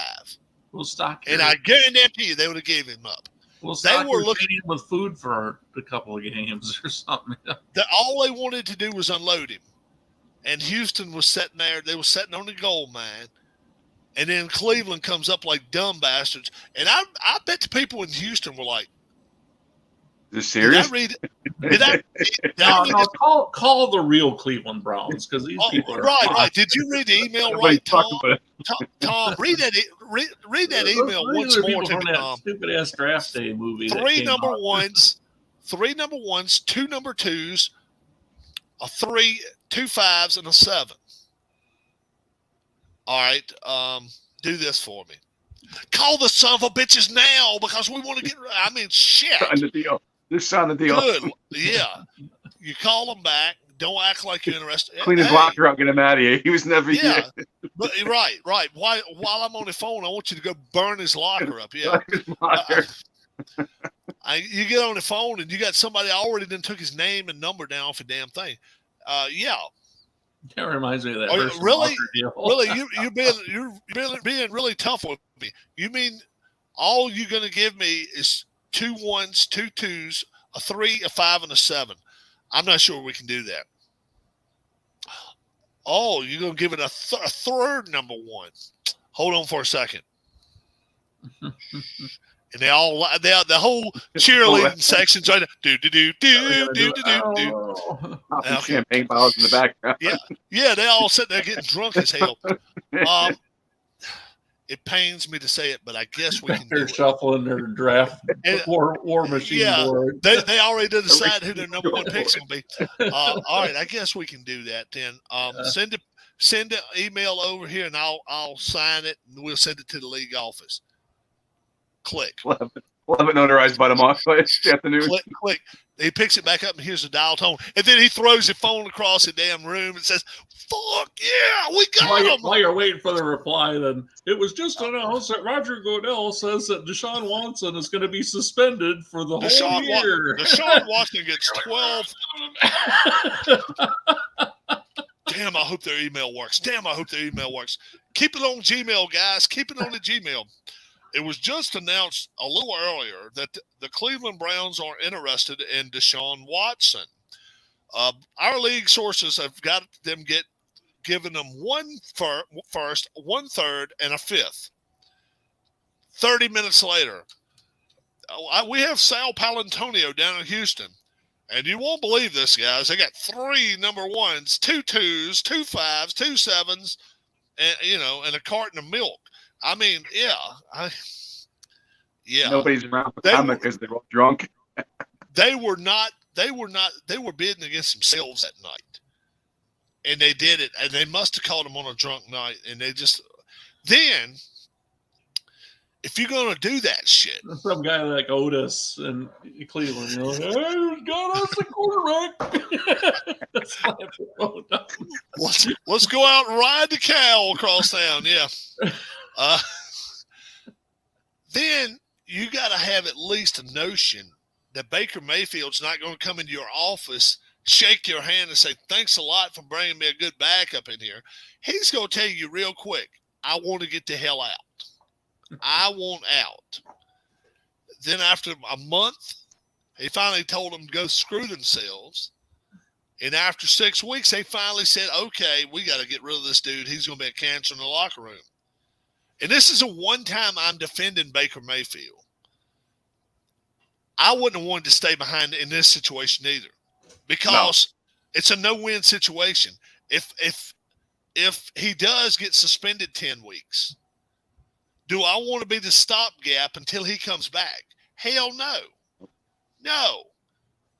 And what do you think happens? Let's say Jacoby Brissett goes out there and goes with the Browns, goes 8-2. And then they get Watson back.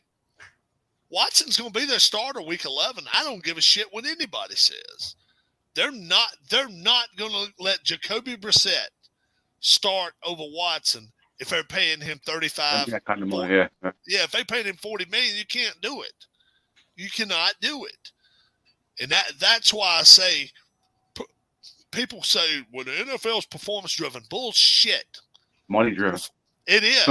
Always has been. Yeah, right. It's never been a performance sport. Baseball is a performance sport. Guaranteed contract ruined it. Baseball is one. You got to pay them, yeah.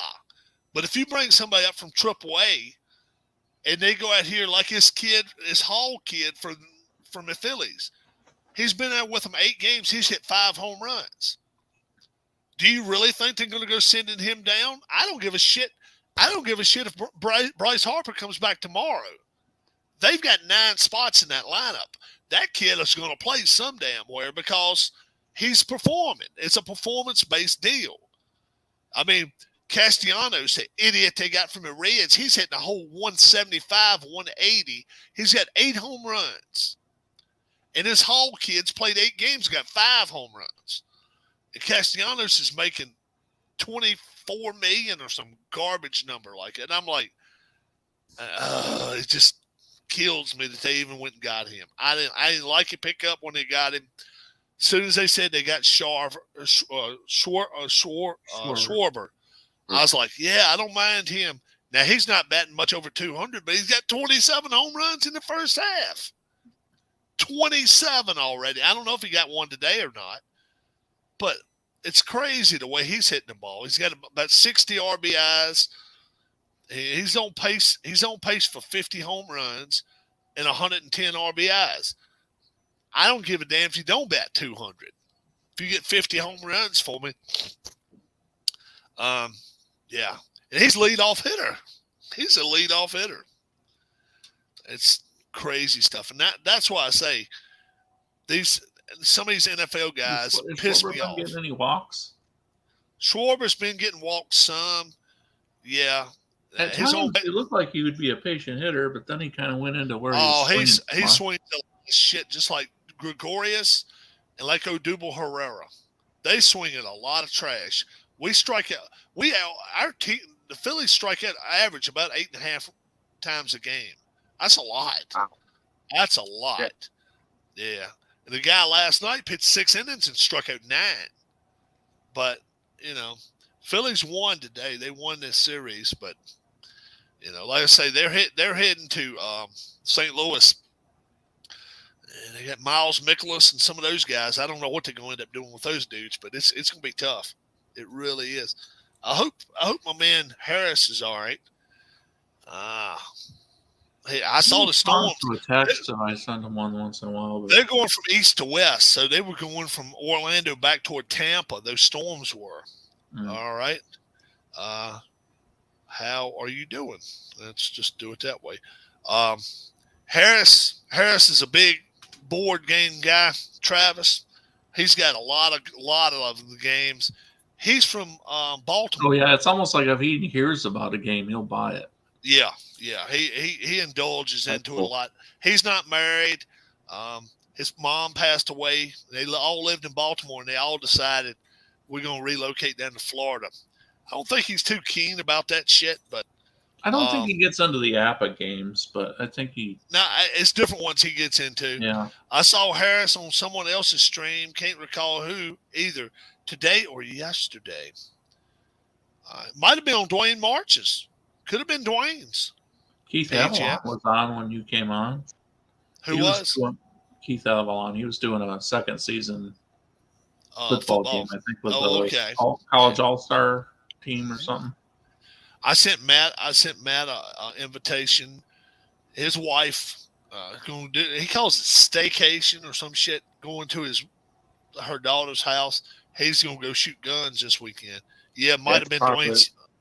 That's popular on the island here. Yeah, it might have been Dwayne's because I told him that he won a race on Dwayne's channel last week. Yeah. She's going. I think she's going to her daughter's house or something. Yeah, it might have been Dwayne's channel. Yeah, PJ, I'm not sure. Harris has been.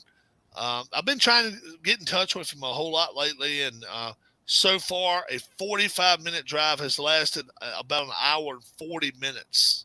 Damn. I get frustrated. Yeah, that's twice in length. It should. That's a lot. That's like Philly traffic. Yeah. Either one of you guys big into the Disney stuff, Keith? No. Disney? Nah. How about Travis? No, I never was either. Disney? Yeah. Yeah, I mean, for my niece, yeah, I'll watch Disney shows, but not really. No. I'm talking about like going there, taking somebody there, or spending. Oh no, I've never. No, she wants to go. It's inevitable. Soon I have to take her. Probably will go, but yeah, I don't really want to go. I heard like horror stories, how much it costs and stuff. I don't want to go. Yeah, it's about 130 a day. It's about I heard more. Yeah, and that it don't matter. My brother said there's no alcohol in the park. You can't drink. Yeah, no, that's like. Running around. And then on top of that, it don't matter what age you are. It's all the same price. It's all the same price. I'm thinking to myself, if I were going, they say the best time to go is right around Thanksgiving. And you don't want to go. Yeah, you don't want to go around Christmas because Christmas time they have the Christmas at, Disney or whatever the hell. So a lot of people like to have their Christmas away from home and all. I think the first time my brother went, he made a mistake. He went like President's Day week when the schools are off. He said it was nuts, crazy, a lot of money. Yeah, a lot of money. They say look it up and find out when it's going to be the slow time and go then. And Disneyland is nothing like Disney World. It's about 1/100th the size. Disneyland's in California, right? Yeah, most amusement parks. Just your average amusement park is bigger than Disneyland. Disneyland Disneyland is not that much acreage. Let's see. It's wild, I guess man. Universal Studios and stuff like that is probably a bigger thing than Disney World. That's all Disney World. Yeah. Hold on. How big is Disneyland property? 100 acres. 100 acres. That's it. That's it. 100 acres. How big is Disney World properties? 25,000 acres. All right, dudes. How about that shit? How about 25? How about 250 times the size? We said 100 acres, right? 100 acres for Disneyland. 25,000 acres for Disney World. I've been to the Disney World. I know it's huge as shit because you got 3 or 4 parks. You got the Epcot, which I never went to the Epcot. And then you got the Magic Kingdom and all that shit. Animal Kingdom, there's no way in the world I would go if I didn't have a kid.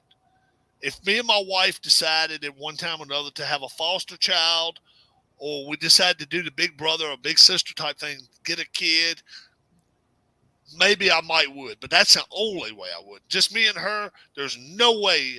I hadn't been that drunk in 15 years. What about the Neverland Ranch?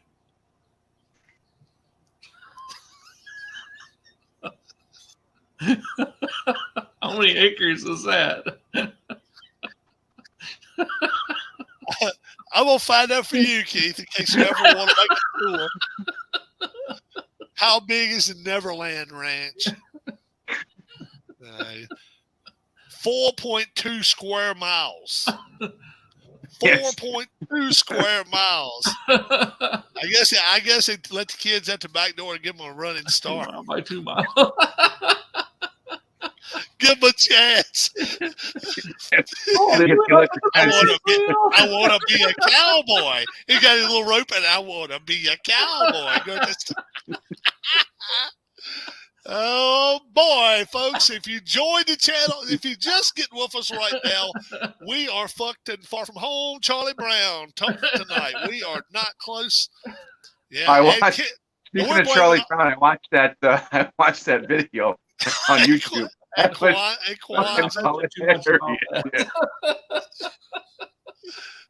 had like 6 guys watching at work. They're laughing hysterical. The one guy watching it, he watched it 3 times at lunchtime. Oh yeah. It's some funny shit. Judge Middleton, I was making up stuff.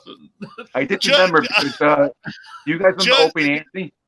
Judge Middleton, Opie and Anthony from Philly.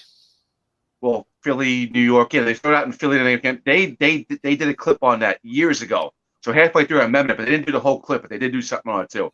When I got the XM radio, yeah. What was that? Oh yeah, Judge Middleton. I like watching him. He went to hell off on somebody today. I mean, I didn't see today. I saw yesterday. Oh, it was fun. It was jail for a while. Oh, it was fun. It was funny. Oh yeah, yesterday he went off on this girl. He said something about send her back, put her back in jail for a second. And then that other one, he told her, "You're not paying attention to the orders I gave you." Judge Middleton, folks. If you've never seen Judge, he's a fair guy. He really is. Oh yeah, I believe I would if I went to Michigan, because it's in the southern part of Michigan, right there, kind of on the southwest corner, right there at Indiana. If I went to Michigan, I'd love to walk in this courthouse one time and just watch him go down. Sit down, get down on some people. He's funny as hell. He's funny, man. He's like, we get this guy back in here today. It's a black guy. I don't forgot his name. He thinks he owns all the Shell stations up here. So he walked. Yeah, homeless guy. He walks into damn Shell stations and tells him, "You're not doing your job right. I think you need to go home." And a couple of the kids have left their jobs before, and he walked behind the counter and tried to get the money. He didn't own shit. I mean, so he's been in trouble so many times. I don't forget what his name is, but that's some funny stuff. And then, some hysterically funny stuff goes on sometimes. This one, Kobe Harris, he's sitting in jail, and he's sitting like this. I want to fire my lawyer. He says, "Way I understand it, your lawyer's trying to do everything." And then before it's over with, he's shaking his arms like doing like this. He says, "I don't think we're going to listen to Mr. Harris today." So they cut his volume off. And I mean, he's pointing, flipping the bird, doing some crazy shit. They said, "Well, I think Mr. Harris is working himself up to a heart attack." So he clicks him off, don't even show him no more for a while. I don't guess Mr. Harris, Kobe Harris, realizes he's not being seen. He flips it back on about 10 minutes later. And this son of a bitch is up at the TV screen. It's some funny shit. Beating his head against the table. I mean, that dude was nuts. Absolutely bonkers. It was crazy. Did you say you sent a warrant out on somebody today? Oh yeah. It said something about She thought, I don't know. I forgot the woman's name. Said she must have thought this was a birthday party. A birthday invitation. Let's let her make sure. All right. Bench warrant for her arrest. We'll see if she makes it in here tomorrow. If she does, we might let her visit us around lunchtime. And maybe he's a funny dude, man. He's a funny guy. But have you ever heard of him, Travis? Yeah, did you show that clip on 4th of July night? You showed one clip on the computer. Yeah. Judge Jeffrey Middleton, and he's on every day. And we got Paul Gibson with us today, and he's representing the defendant. Yes, Judge. I'm sorry, Judge, but right now it looks like I haven't had a chance to talk to my client good enough. Dude, I am serious. The first time see, Harris, you son of a bitch, and if you're watching this, I'm calling you a son of a bitch. I'm sitting here eating spaghetti and meatballs. I'm just sitting here eating them out of a bowl, and then all of a sudden, Paul Gibson starts talking. Well, yes, Your Honor, and I spit that shit across the damn floor. I was balling loose laughing. I mean, that dude is one. That one time he was cussing somebody out for not being dressed properly, and then another guy was sitting there. He's looking at himself, and he's like, "Oh yeah, he got up and he left the room. He got a jacket on." It's good. It's good to see you, Mr. Thompson. It's nice. It's nice. I guess you think we're going out on a golf outing today. And he said, "What are you talking about, sir?" He said, "Well, you wouldn't come in my courtroom without a jacket and a towel." Well, I thought, oh, that's your problem. You was thinking a little bit too much. Let's put you in. And I ain't shitting you, man. It's on there. You got to go back and watch it. He clicks him and puts him on there. The guy's got a tie and got his tie on and the jacket. The next lawyer comes in. He's got a necktie on, but he don't have a jacket on. You didn't hear it, Keith. He went off on him too before he went and got his jacket. Yeah, he said it was a backhanded comment. He says this must be a day where nobody thinks he dressed properly in my court. And suit and tie in my court.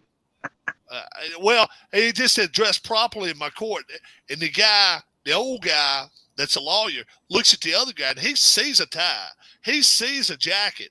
So immediately he gets the hell up. He don't wait for somebody to chew his ass. He goes and finds him a jacket. But one time he was funny as hell. It was so funny. He said something about, "You're in your car today, right?" And he said, "Yep." He said, "And the reason you're not wearing a tie?" He says, "Well, Judge," he said, "I knew I was going to be in here and it's a little hotter today." "Oh yeah, it's hot in this courtroom at times too." He said, "I tell you what, let's make a deal. If you don't have," here comes Matt. Matt's sideways. Here comes Matt. What's up, Matt? What's going on? Hey, can you hear me okay? Yeah, hear you fine. Okay. He says, let's make a deal. If you don't have a tie and a jacket in your car, why don't you go to the nearest Goodwill and go find one? And I'll bring you back in here where you can sit in your car and you get your tie and your jacket put on before I see you again, because you're not going to talk to your client right now. And he clicks the button, and I'm thinking to myself, that is aced. That is, that's some funny shit, man. That is funny. That's kind of like your thug librarian. I don't know if you guys have ever heard of the thug librarian. It's these guys is famous out in California and all. They just go to different colleges, stuff. They're about 25, 28 years old, and that's what they do for a living. They do YouTube videos. And this guy right here has got librarian. It's just a little stupid looking thing that says librarian written on his shirt. And he walks up and says something about, where's your library card? And the guy looks up and said, "Library card?" "Yes." He said, "I didn't think I need one." He said, "You need one now, bitch." And then he looks at the camera and does like this, and then they start going and like rap music and shit, making fun. Yeah. Then he goes. They're on YouTube. Yeah, it's on YouTube. Thug Librarian. You got to watch that shit. The final one. I ain't lying. He about makes this dude crap. He's wearing a bandana. He walks up to him. He says, "You ain't repping that color in my library, are you?" He said, "Repping what?" He said, "You're not repping that color in my library, are you?" And he says, he says, "You need to get the fuck out." And I mean, just like that. He says that to the guy. And I mean, this. Why? I wasn't bothering anybody. I mean, the kid is scared shitless, dude. He said, "You need to get the fuck out." And he says, "What have I done? What have I done to you?" He says, "You're repping the wrong color." and I'm going to work you over, bitch. And he looks at the camera again, dooder, dooder, dooder. You know, they playing music kind of like Snoop Doggy Dogg. I mean, it's some funny shit. I mean, he scares people and stuff. Then he walks up to this girl. There's no chewing gum in my library. Spit it out. And she said, what? Spit it out. She spits it in her hand, and he puts it in his mouth. Bitch. And it does like that, you know. I mean, I ain't lying. It's some funny shit. It's some funny stuff, man. He goes to the beach. He says, I'm writing you a ticket. And why? Because you're just too hot for this beach. And it writes guys and girls tickets because they're too hot at the beach and stuff. All kinds of stuff. Who's the young guy that you were showing me videos of that he goes to the universities, like he was drinking the glue that's these guys. It's okay. Yeah, Angry Picnic. That was epic.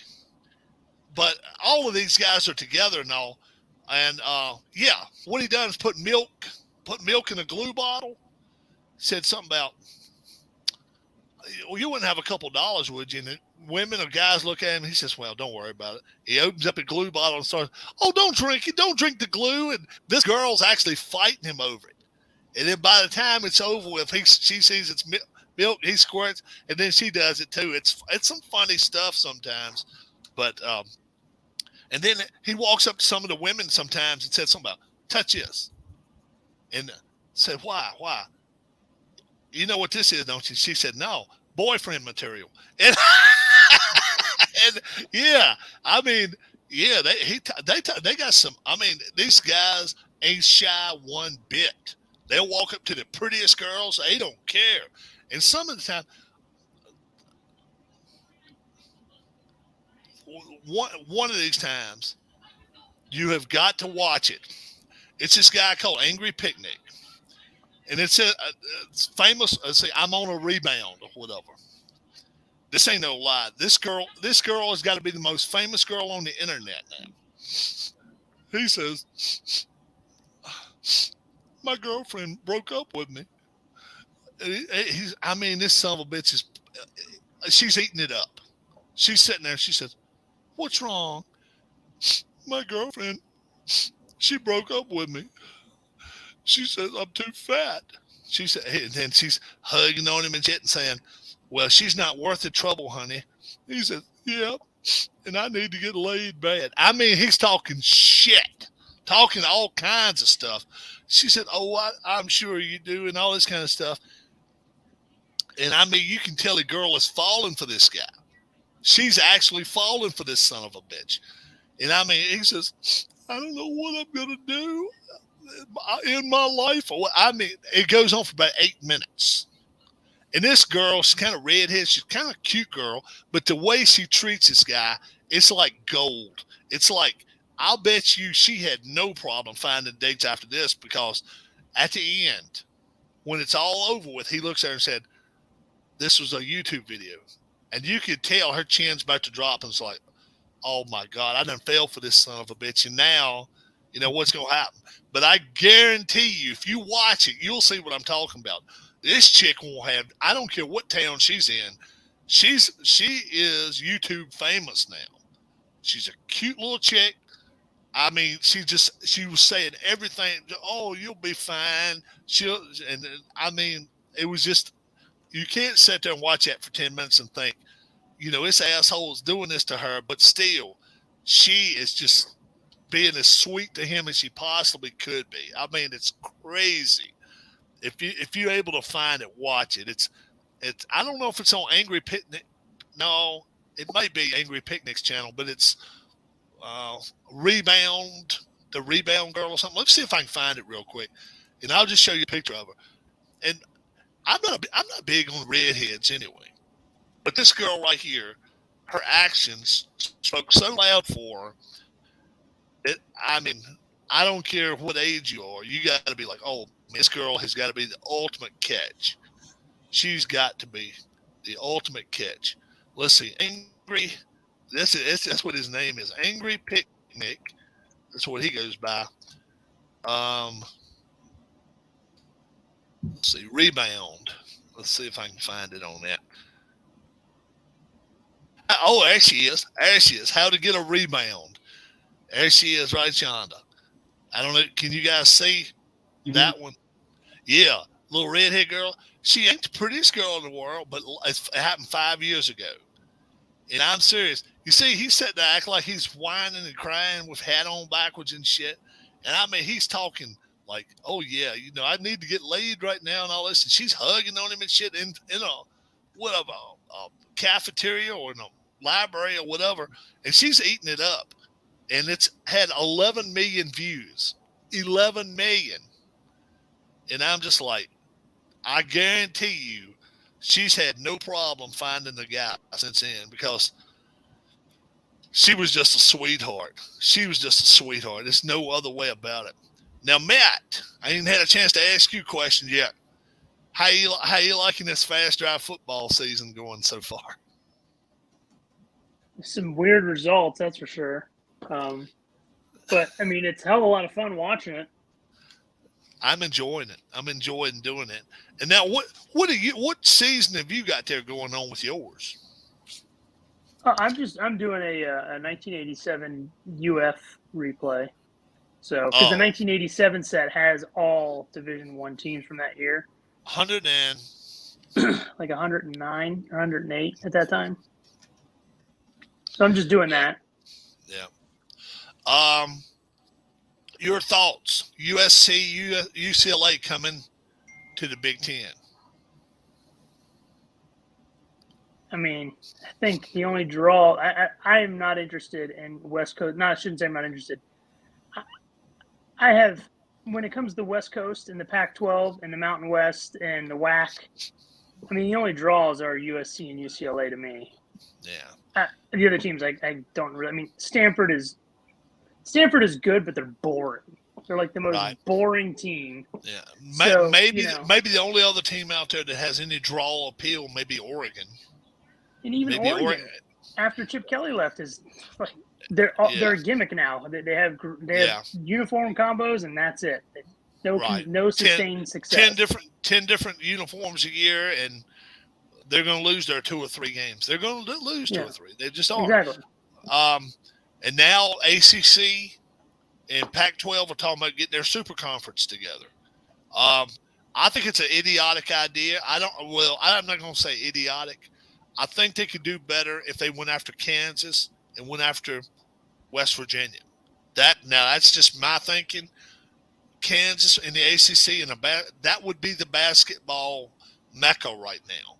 If they had Duke, Carolina, Kansas, along with some of these, Louisville, I mean, you would have yourself a pretty good I think the best basketball league, even better than Big Ten. I really do.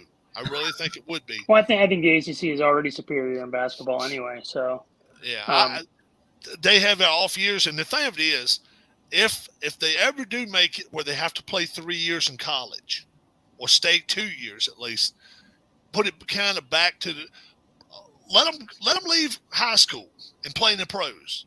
That's fine. But if you go into college, you got to stay 3 years, and it's paid for and everything ahead of time. It might make college basketball better, but that one and done, you can't, by the time you learn a team, they're all leaving. Yeah, the one and done I've found has caused the years to run together for me.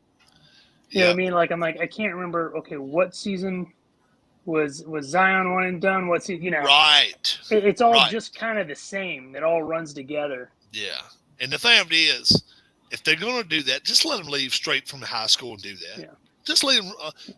Let's get 3 years out of them in college basketball. That way we can at least learn their names, what they like to do and stuff like that. Harris is trying to get home tonight. Bad storms in your area, I'm hearing, Matt. Maybe where Harris is. I mean, we had really, really heavy downpours today, but I'm like southwest of Harris, so I think it might have moved over to him.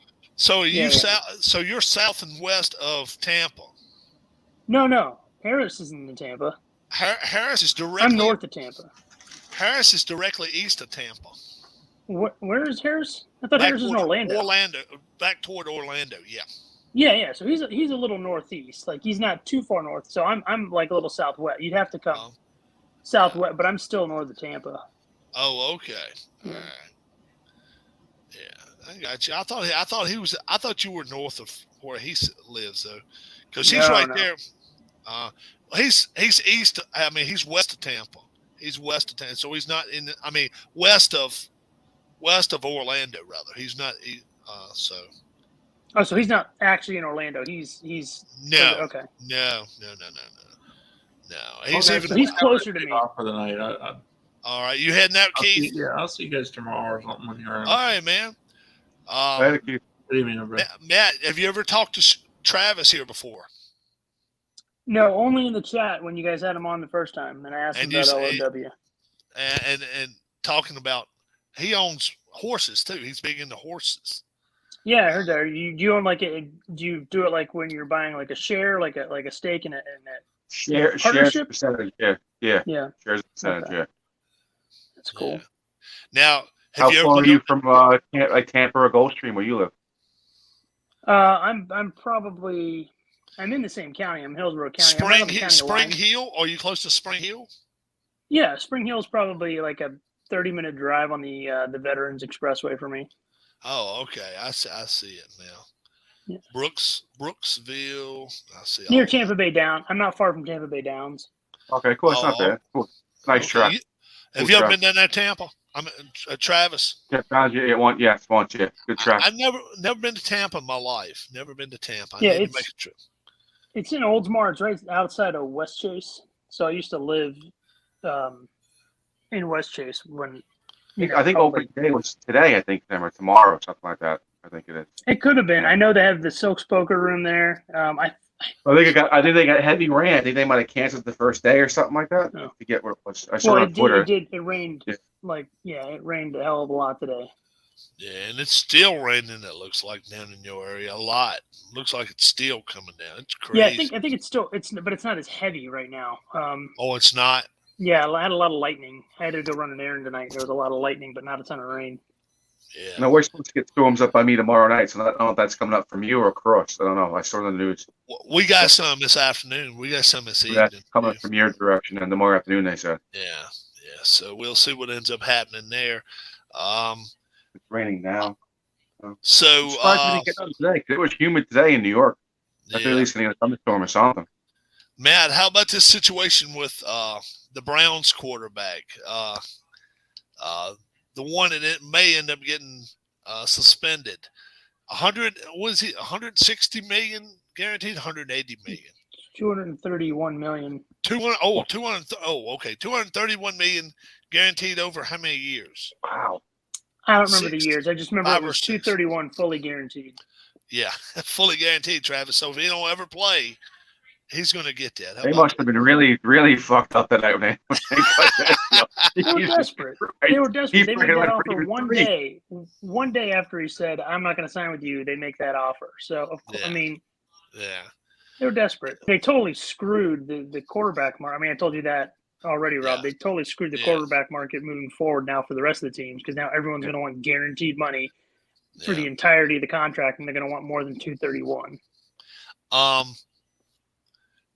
What's the chances that Darnold ends up going to Seattle now to go back with his old coach? I think it's a great chance. I think it's a great. I don't know. I don't think they're going to get rid of either one yet. I think they really have three quarterbacks. It doesn't really make sense for them to get rid of Darnold right now because you just traded for Baker yesterday and it's July 6th. They're going to start training camp in less than 3 weeks. Right. He's literally got to learn the playbook. Darnold is going to be ahead of him, and then everyone's going to say, "See, Baker's no good," but the guy hasn't even gotten his hands on the playbook yet. Baker will be starter week 1 if he's not hurt, though. Let's be for real. I don't know because it's. Yeah. I'm not saying he can't be, but I already know that early in camp, Darnold will be the number one, and people will try and make that out to be like, "See, Baker's washed. He's no good." It doesn't make sense right now to get rid of Darnold when Baker doesn't even have his toes in the water in the Carolina offense. Now, I would say it this way. I think Darnold's a better quarterback. I really do. I think Darnold's a better quarterback than Baker Mayfield. Baker Mayfield is a shine version of the kid that came out of Texas, A&M. What's his name? Johnny Manziel. I think we'll disagree there. And in fact, I'll even go one further. I think Manziel was a better quarterback and could have been a better quarterback than Mayfield. Mayfield at best is a number 20 quarterback in the NFL. He's not. I feel like I'm talking to Colin Cowherd right now. I'm serious, dude. I'm serious. I would rather have Jimmy G right now. It depends. It depends on your offense. I mean, you got to remember, care. It depends on the type of offense. You can't shine a turd, brother. You can't shine a turd. I would take Baker over Jimmy G right now on the Bucs. I mean, I wouldn't take anyone over Brady, but my point is, if post Brady, if they said you want Jimmy G or do you want Baker, I would take Baker, and I think a majority of I kind of know based off what reactions are about life after Brady, the discussions we've had, is that people will take Brady over Jimmy G because Jimmy G's got a pop gun for an arm, and that's not the type of offense this is. You talking about Brady over? You said Brady over Jimmy G. You talking about I'm talking about they'll take Baker post Brady. After the season, it's expected Brady's going to retire. Right. What do we do then? If you said Jimmy G or Baker, I'm taking Baker. Who have they got now? They got the kid from Florida, right? Yeah, Kyle Trask and Blaine Gabbert. That's what I wouldn't even think about looking at. I'd keep one of those two kids way over Baker Mayfield. Baker Mayfield is trouble in the locker room too. So it's not. He's a cancer, not just a quarterback, but for the team, dude. He's not. I'm not well versed enough in what Baker's locker room antics are because I'm not in Cleveland. I bet Tim would probably know better than me. Right. But in terms of just overall ability, not what he did last year, but his overall skill set as a player, mm-hmm. I think Baker can be a really good quarterback in this league. And I think he's been screwed over with Hugh Jackson, having Brian Kitchen and then having Greg Williams as an interim coach. I mean, he really hasn't had. I mean, he's had 4 head coaches. He wasn't that good in Oklahoma. He wasn't that good in Oklahoma. Look, to me, he's not been. It's been better Oklahoma quarterbacks the last 10 years than him at Oklahoma. There's been better ones. I don't think Kyler's that great. I was watching the top thing that Cowherd put up there as far as top quarterbacks. Mm-hmm. Then he put medium quarterbacks, and then he put teams that need a quarterback. And he was talking about it as soon, and he said Washington and Carolina, and it won't no quicker than he said Carolina of his mouth that they traded him right there in the middle of his conversation. But the one thing that I saw that was glaring to me that he put out there as a great quarterback, okay, was a kid from Vegas, Carr. Oh yeah, Derek Carr. Yeah, he is a great quarterback. I think he's a great quarterback. There's no way he's better than the kid from New England right now. No way. Well, they're totally. I mean, it's totally. First off, it's totally different. I mean, timeline. He had him ranked ahead of Lawrence, and I'm like, okay, Lawrence has had I'm sorry. You give 32 teams a chance to get Carr or Lawrence. 31 teams are going to take Lawrence over Carr. I don't give a shit where they're at. I would take Carr. I mean, no way. Yes, Derek Carr about lost. He about lost his job last year, dude. He about lost his job last year. No, Carr had maybe one of his best seasons last year. Yeah, I would take Carr over Lawrence. I would definitely. Yeah, I know Colin Cowherd. That's his opinion, but I think Derek Carr is an underrated quarterback. I think, especially with Josh McDaniels now, I think he'll be even better. I think. Yeah, McDaniels has got to help him. What kind of guns you go shooting this weekend? Well, let's try like a Mossberg. It's not guns you own. You're going to go try some out. Yeah, because at the range, you can rent. I just thought you was bringing them for yourself, your guns. Well, you can do that too. Yeah, you can do that. Oh, I thought you was go test your own out before you took them home or whatever. No, that's what you can do. You could say like, "Oh, I like this model. Let me look at this Walther." And then go buy yeah. it. Mm-hmm. Exactly. Yeah, it's really kind of a neat thing. So now you big into like automatics, or you big into six guns, or which kind do you like best? I mean, the semi-automatic. I mean, if you're doing it like for concealed carry, like at first I was kind of like revolver, but semi-automatic is probably better, especially if you're going to do concealed carry. Because that hammer on the single action revolver, you can really fuck yourself up. You can mess yourself up quick. Yeah, you can do that stuff. So in Florida, you can conceal and carry still. Mm-hmm. Yeah, that's never changed. Yeah. And in New York, Travis, you can't. Yeah, we're all fucked up here. Fucked up. What was your question? It takes like 9 months to get your pistol permit approved, if that, maybe a year, 2 years. It's so fucked up even to get your pistol permit approved. You have to have a pistol permit in Florida? Like, how do you go about getting a handgun? Say it again. You broke up. You said your pistol permit and you heard something else. How do you go about getting a handgun in Florida? Oh, well, you go and you actually make the purchase first, or you put your info down, and they do the background check, which is like it could be 3 to 5 days. All right. That's it. Oh, wow. But if in Florida, you also have the gun show loophole, where a gun show is considered a private sale, so you can just buy it off the person at the gun show without a wait and without a background check. Crazy shit. When we go buy a shotgun as a background check in New York, that takes like 15, 20 minutes, half hour, 2 hours. You go buy a shotgun. You go buy a handgun, you can't purchase a handgun. That's a state. That's one state. You don't even have to have car insurance in that state. That is one nut stated sometimes. What, you don't have to have car insurance. Yeah. Yeah, you do. Yeah, you do. If you got there's certain loopholes you can do where you don't have to have some types of car insurance or whatever. You can get this. You can buy a car and you can just have it where it protects the other guy's car, not your car. Some crazy shit. Yeah, you can buy non-owned. How's it termed? I'm an insurance agent. I should know this. You can non-owned auto insurance is what you can buy, and what it basically means is that if you borrow someone's car, you have liability as opposed to them. It won't cover their car. It won't cover your own car, Travis. Well, no, but you can only get it if you don't own an automobile. That's why it's called non-owned auto. But they are in the state that they don't have to pay taxes either. They don't have any, like, when they go to the grocery store, they don't have to pay no tax on their food. No tax at all. No, we don't have to pay tax on food. We do have sales tax. We don't have state income tax.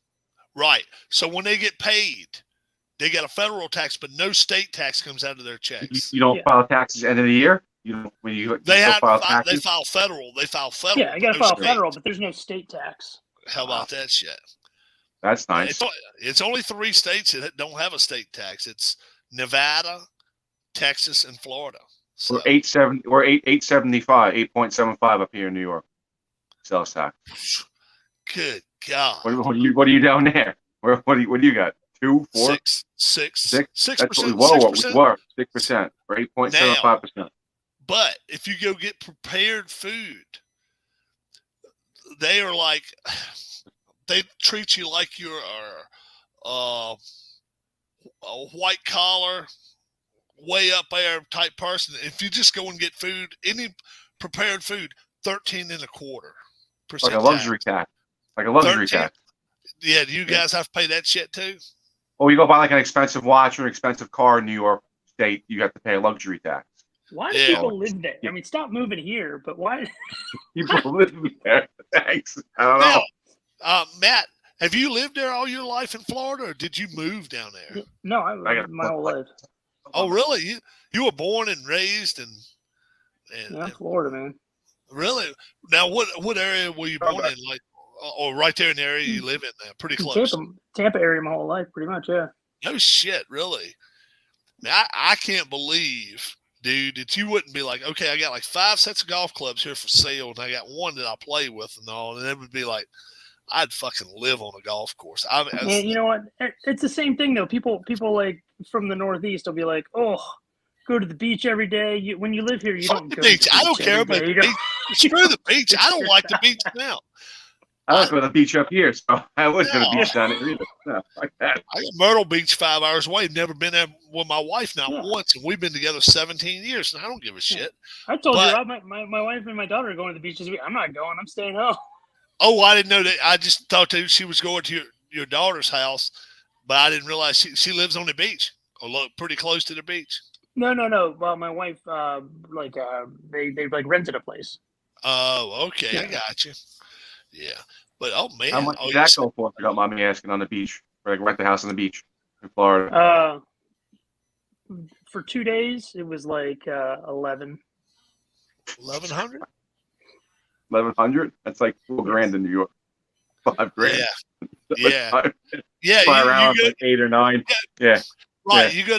You go down to Jersey. Go down to South Jersey down Jersey there. Shore. Yeah. Right. Go down there and get one for a week. 4,800. Yep. 4,800. Yeah. Hell yeah. Easily. Their big races come up. The Haskell's looking at hotel room prices. The week of the 23rd, they go from like 200 a night to almost 800 a night, 850 a night for hotel. Yeah. Minimum 3-night drop. That's fucked up. Right. And then Waldorf. A couple of my friends were working in NASCAR years ago when they would have the right. Yeah. The banquet. Yeah. Banquet and all that shit at the Waldorf Astoria.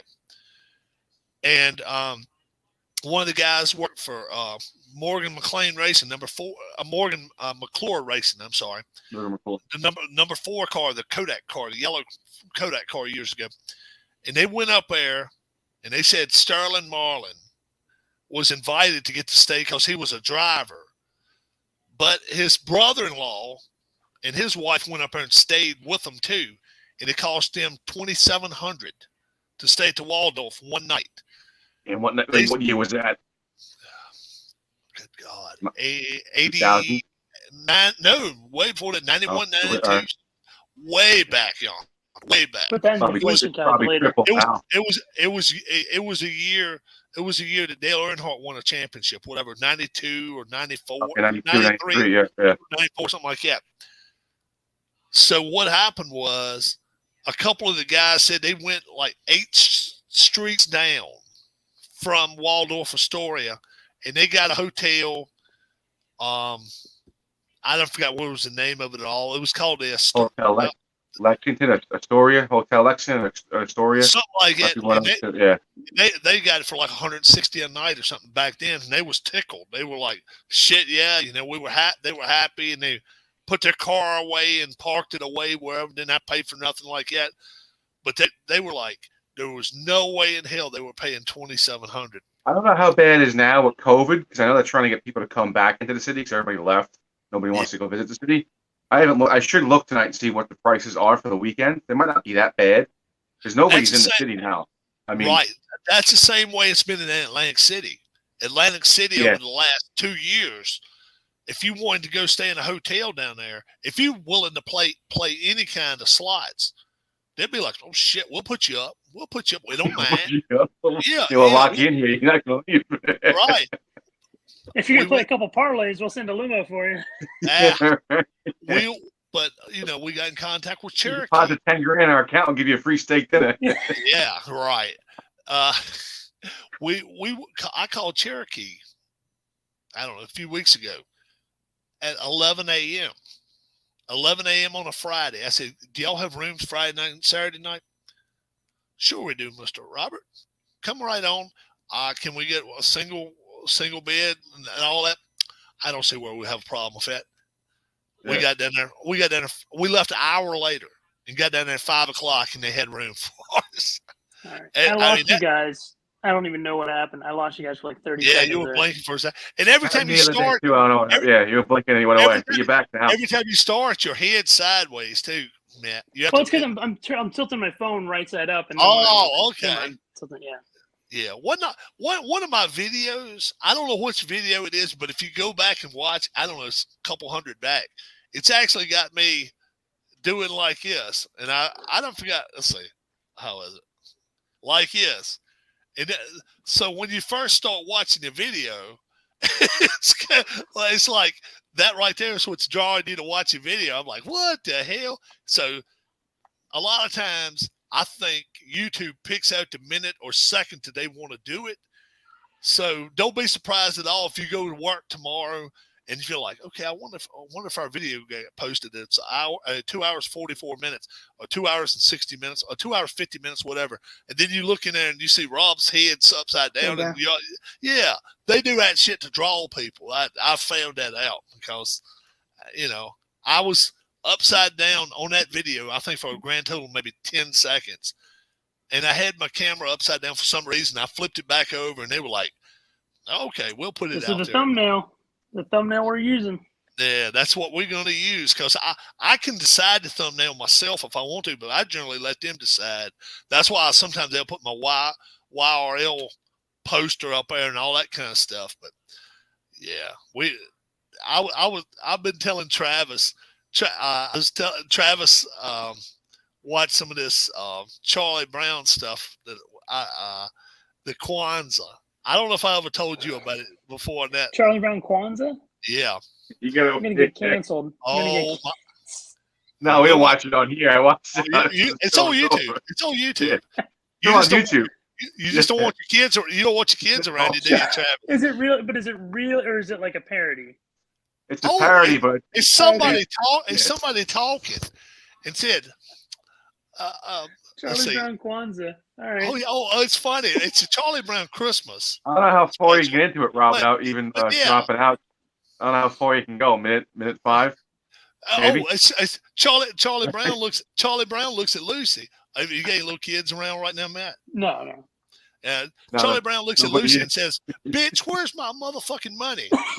And she says, business is slow, Daddy. And then he looks at it and says, ain't gonna get no faster with my foot up your ass. And I mean, I'm serious. He goes crazy. And you've heard it. You've seen it at the end where Linus talks about the true meaning of Christmas. Mm-hmm. He talks about the true meaning of Kwanzaa. There were 3 kings: Rodney, Martin Luther, and Don. Don was a hoopy baster. I don't know, hoopy buster.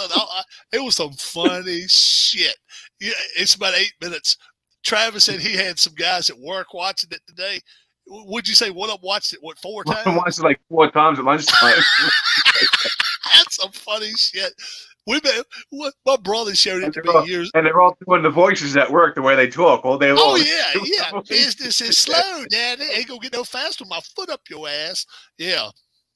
Yeah, and then Schroeder starts playing the piano. It don't sound like a piano. It's got some old music that sounds like something. And he said, "What the fuck kind of music is that?" And then what's on YouTube? Oh, it's some funny shit. It was posted 10 years ago, so it's not for 10 years. Right, and you still got to hit a button. You still got to hit a button saying you're over 18 to watch it. Yeah. I didn't have to hit a button on that one. I still have to. Yeah. Yeah. Oh man, it was so funny though because remember when he picked that tree out? He said, "Why don't we? He said, why don't we pick his?" Let's pick his shrub and I can show my black snake to Lucy. And I'm thinking, oh my God, that's so funny. I'm serious, Matt. I'm serious. I'm shocked they haven't taken that down. No, I was surprised it was still up, Matt. He told me about when we go Monday night, Tuesday night. I was surprised it was still up. Up. Man, it's been 15 years. It's been the up. Guy's got a channel too. What was the name of his channel? I don't even know, but it's something his name was. I don't forget. It's 2000. But it says Charlie Brown Kwanzaa, and Keith watched it when he came here to the house, and he ever since then. Now he emails me and texts me, and he's always like, business is slow, Daddy, or something like that. He's always sending me something. Oh yeah, something funny about that because he liked watching that with me. We sat there and watched it, and Darlene was sitting on the side. She said, "You sorry bastards, y'all sitting over there," and we were laughing. I mean, we sat there at the table drinking soda or beer or whatever we was drinking and sitting there eating potato chips. And he was just sitting here just laughing his ass off. He's like, "Where did you find this shit?" I said, "My brother showed him to me like 2005. It was posted." He has another one. He has another one. You talking about Jackie Robinson was the first black baseball player. Charlie Brown, 2010. Oh yeah. It's a couple of other ones about the Easter one too. Yeah.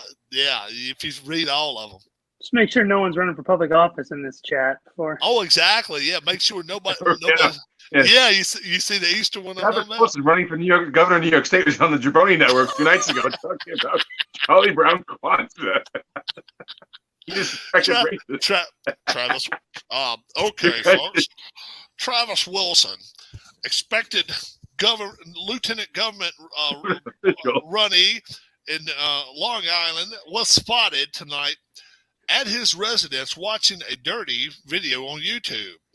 When Travis was asked by the reporter, Travis says, "It ain't none of your motherfucking business, bitch."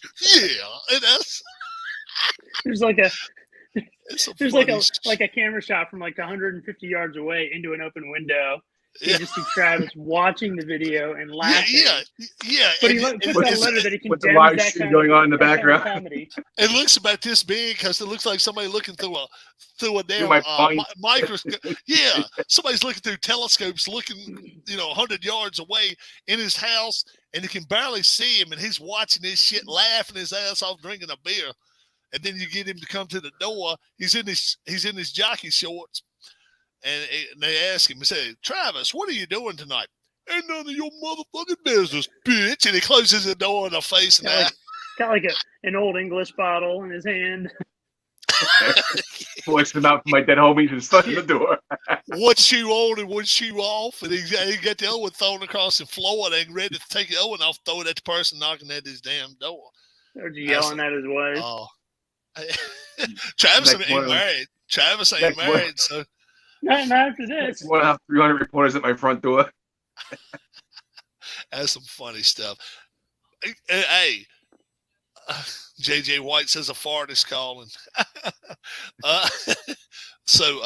Yeah, Matt, if you get a chance, watch it. Flip it around, watch part of it anyway, because I'm telling you, text me and see what you think about it, because Travis emailed me last night. He said, "Rob, that was something." Close your blinds before we do it, man.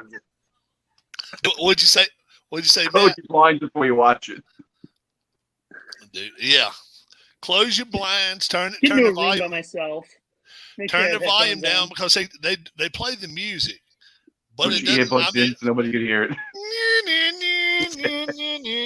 And they have to skating around and shit. All hell breaks loose. Oh, delete my view history. Rather. After it's over with, yeah.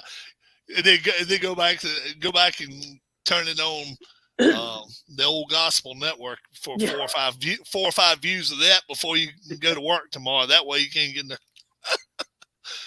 And then, but you got it on your phone saved. It says, yeah. Matt's favorite video. Matt's faves, yeah. Matt's faves. And we was talking, like I say, we was talking about that Judge Jeffrey Middleton. He is like a thug judge too. I mean, he's a fair guy, but he takes no shit. The guy comes, he says, "We have Mr. Thomas out here representing the defendant. Mr. Thomas, can you hear me?" "Yes, Judge, I hear you. We're not going on a golf outing today, so you might want to put on a tie and a jacket." I mean, he does. He goes off on everybody. He don't take no shits. I like the guy. He's like, "Yeah, you might want to put a tie and a jacket on. If you were coming in my courtroom, you would. So why don't you act like you got that?" And then today, this woman had a cigarette in her mouth, and you could see her smoking and all smoke rolling all around. Ma'am, before you catch your house on fire, why don't you put that cigarette out? Because you wouldn't be smoking in my courtroom. And I'm like, oh, my goodness. Who is this? Judge Jeffrey Middleton. Judge Jeff. It's in Michigan. Mm-hmm. And I'm telling you, dude, it's some of the most out. I mean, these people out in the country. These are some lost son of a bitches, and they come in his courtroom. Okay, it's some fun. It's some funny shit. He's Is he on YouTube? Is that what's going on? Oh yeah, yeah. He'll bring Jeffrey Middleton YouTube. All right. Bring this one out. Bring it. Yeah. Yeah. And dude, yeah, there it is. All right. Yeah. So I got Kwanzaa and Judge Middleton. Yeah, Judge Middleton's funny. That damn. What's his name? Got me started watching this shit. Harris got me watching him, and like I say, but I'm sitting there watching it one day, and one of the people looks at Judge Middleton and says something about fuck this. I don't think this is fair. He says, all right, would you like 90 days instead? And I mean, he's got the damn gavel out there ready. He's just give a woman 70 days. He says, you made a mockery of me. You didn't show up, and then we had to go find you. And then it was one of those bench warrants. And she looks at the judge and said, this is fucked up. This ain't fair. You put me in jail. He said, I was going to give you 50 days. Now I'm giving you 70. And he says, if you don't shut your mouth, I'm going to give you 90. And she looks at him, and I mean, the judge, I mean, her lawyer said, I mean, he's ready to beat her ass, man. Like, shut the hell up. I want to get paid, you dumb bitch. But I mean, he is as fair. Every more, he's got a little ponytail in the back. And he's probably 62, 63, 65 years old. Every morning he'll look at the camera. Good morning, folks. Today we got 4 or 5 people, some misdemeanor things, and then we're going to have to send some people on their way from their houses. After a while, you get to learning that, it's live when he does it, or it's taped? It's live. You damn live? straight. Hell yeah, it's live. Yeah. So accepting this deal means there's not going to be a trial. There will be no judge or jury trial. I mean, he says, by accepting this deal, we won't listen to any thing from the defense or either side. If you did want a trial, I would give you a jury and of your peers, and they would have to prove within a preponderance of the evidence that you are guilty. And of course, you wouldn't have to. You could testify, but you don't have to testify because we can't hold your silence against you. I don't learn that. I mean, this dude tells that to everybody. Today this woman come on there. She walks in the door. So he's got a camera on him, and he's got one right there where the people sit. And you can't see her walking in the door. He said, ma'am, come on in. We're not going to, hey, you're going to be fine. Or something like, walk right in, I mean, she walked in there and she was scared and she sits down. And I mean, her eyes look like 2 fried eggs. She's scared shitless. And he said, ma'am, everything's going to be fine. And she was in trouble for not having a license. That's 90% of the dumbasses up there don't have a license, driver's license. And he says, we're going to change it from a misdemeanor to a civil thing. So it's just going to be a little fine. Now, are you willing to take a plea? And she's, and it's like, dude, it's kind of like this. Matt has a 20 in his hand, and we're going to let him keep 10 of it. Or we're going to take all 20 of it and then make him pull another 20 out of his pocket. And this woman is like, And so the defense attorney says, let's walk outside and I'll go talk to her. They come back inside. So what has she decided? She's decided she'll take the plea, Your Honor. And then the judge talks to her again, and she says, and she won't say nothing. He says, ma'am, we're going to have a court trial if you want to. But if you want to settle and plead guilty to this, you're going to have to say what you did. And I mean, and then they had this crazy bastard on there today. That's the last one I'm going to tell you. This guy on there had to be 25 years old. Oh, no, he said he was 22, 23. Dumb son of a bitch. So so are you going to plead guilty? He said, no, I want a jury trial.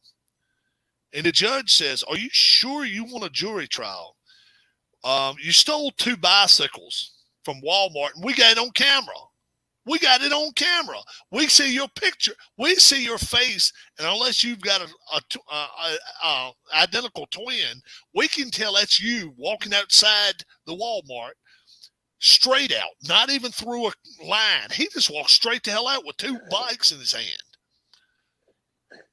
And the lawyer the whole time is telling him, take the plea, you dumb son of a bitch, take the plea. And so he goes and talks to him too, and he comes back in there. But now, you know, he didn't take bikes. I tell you what he did. He cut this woman's tires, sliced all 4 of her tires. And they got it on video of him. He admits it. He said, oh, yeah, I did it. But I don't think I should be charged for it. He says, because they kept pulling in my yard, spinning in my yard. And the judge says, that's kind of like somebody coming to your house, eating all your candy. And then you want to get on them for eating all your cereal. He says, look, what that woman did to you is a different trial entirely. You're saying you're not guilty of slashing the tires. I'm not saying that, Your Honor. He said, well, I'll tell you what, let's do. He said, I'm only going to give you another couple minutes. You're either going to say you're going to take the plea, or either we're going to have a jury trial. And I want you to go to the jury trial. You have to accept what they say. And there's 93 days looking at him, that dumb bastard. And right now they was going to let him walk and pay like an $800 fine. And this stupid son of a bitch wants to fight it and says something about, well, I did slice her tires. And I mean, the defense attorney's looking at him like, you dumb son of a bitch. Do you really want to go to jail that bad? He finally comes out and says, I'm not going to take the plea. I want to have a jury trial. So he's going to have 6 people. That won't be. They won't show that live because they're not allowed to show the jury. Right. But there's going to be a jury trial. 6 people are going to get to watch this guy put a knife in 4 tires for this woman. Right.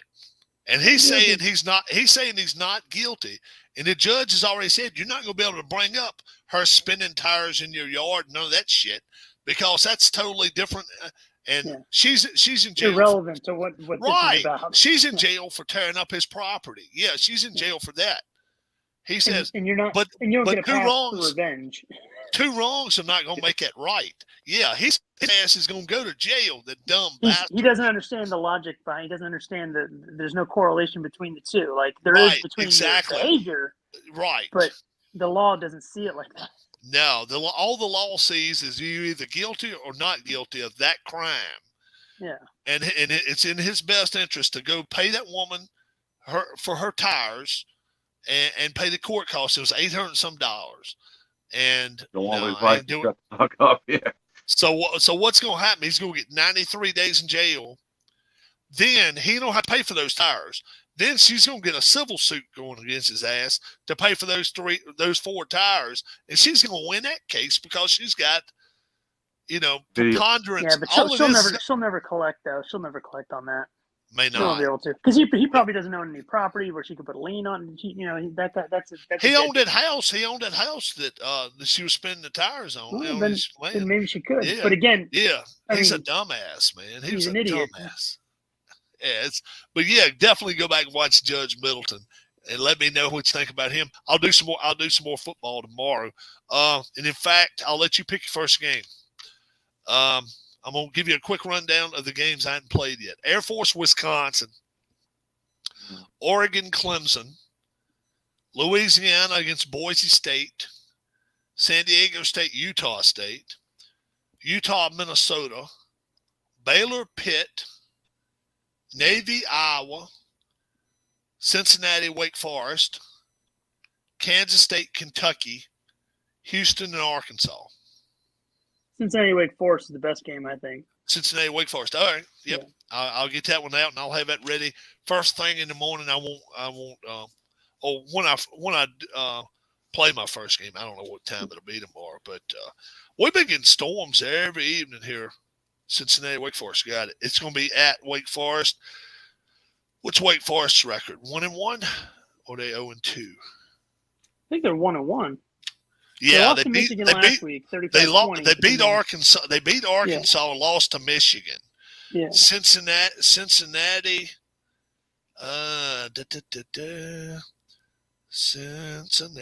They beat Wisconsin, and they lost to Utah. So, yeah. And SRS ranking 15 and 11. So Cincinnati will get 1-star ranking for that alone right there. Army keeps winning. Army's card's too good. Their cards shouldn't be quite. I mean, and you know what helps them? The staunch defense. Staunch defense. That's what helps them. Staunch defense stops everybody. Yeah, yep, that's what helps them. Yeah, stubborn or something like that defense wouldn't be too bad for them. Staunch is a little high, or it should be at least semi-staunch with a dot beside it. But I don't even think it is. But I think that's helping them because, I mean, they played – I know it was a late touchdown, but they still played Notre Dame to within 2 points. I think they could easily be 3-0. Yeah, you're right. Yeah, semi-staunch, semi-stiff, semi-disciplined. I mean, look at that card. That's stacked, bruh. Prolific? Yeah. Are you friggin' kidding me? They're not prolific. That's what I wonder, though, because they did have a good offense. But, again, that's where the star rating system comes in because the prolific is against – Right. That's when they play somebody like Oklahoma, Ohio State. They're going to get 2 and 3 against them. Yeah. And then, I think actually the most – I think the most you're going to get is 2 – maybe 3. There's no 4 or 5 star. I already looked over all the cards. 4 stars. Navy against Georgia. Navy against. Well, that's because Navy's a negative, right? That might be why? Right. Yeah. 20, but Georgia's got 25 anyway, right? Yeah. Yeah, Georgia's 25, I think. 25 straight up is 4. Is Alabama 30 or is Alabama 24? 20, straight up 20. They're 20? 20. Oh, you know what? I'm thinking of another season set. They must be 30 then, because that was the highest card I remember seeing. Georgia's That's 25. Georgia. 25. So they'd be 27. They'd be 27 over Navy. Right. That'd be 4 stars. That would just. Okay. Gosh, that would be tough. Game. Oh, it would. Wait. Hang on. It might not be because the game I played last night in my 87 replay with the Gators. It was a 22 difference, and hang on here. Let me see. I have the score sheet right here. Hang on. It was a close game. Like it was terrible rolls. Let's see. Was it within 10? Yeah. Oh my gosh. Yeah, it was against Tulsa, and it was 3 stars, and the final score was 17-10. Oh my gosh. Yeah, 17. I don't know if you can see it in the camera or not, but it's 17-10. How about NC State? Does the Magic ever falter with those guys? 25 2 weeks in a row. 24, and they were down 17-0 at half. Though that's what's nuts. They can't keep falling behind. Watching those replays though, not knowing the outcome, even though it's just a dice roll. There's a couple times where I'm like, oh my god, like I'm waiting, like I'm like, okay. What's it? Because it was down 17-0, and you only have so many rolls. It's not like because if you have a lot of 6s, it's going to be 4 dots. Yeah. So I'm like sitting there. I'm like, oh my god, they did it. Like it's just rolling dice. But yeah. Just like, have you heard the ones I did this evening? I did not see the ones you did this evening. No. Actually, hang on. Let me get my book out because if you did, I got to write the scores because I got to start doing my rankings for next I don't week. have to give you my scores if you don't. If you want to watch. Oh, I'll watch the games. Yeah, don't give me the scores. Then. Oklahoma, Penn State. You saw that one? Yeah, I saw that. Ohio State, BYU. Yeah, I saw that. That was this afternoon. Yeah. Michigan, Iowa State. That one I didn't see. No, the last one I saw was the Ohio State drubbing of BYU. Michigan State, Purdue. No. Oh, okay. Those are the last two. I did that on this video at the beginning of it. Okay. Well, I'll have to go back and see then because with the issue I've found with YouTube is when you're live.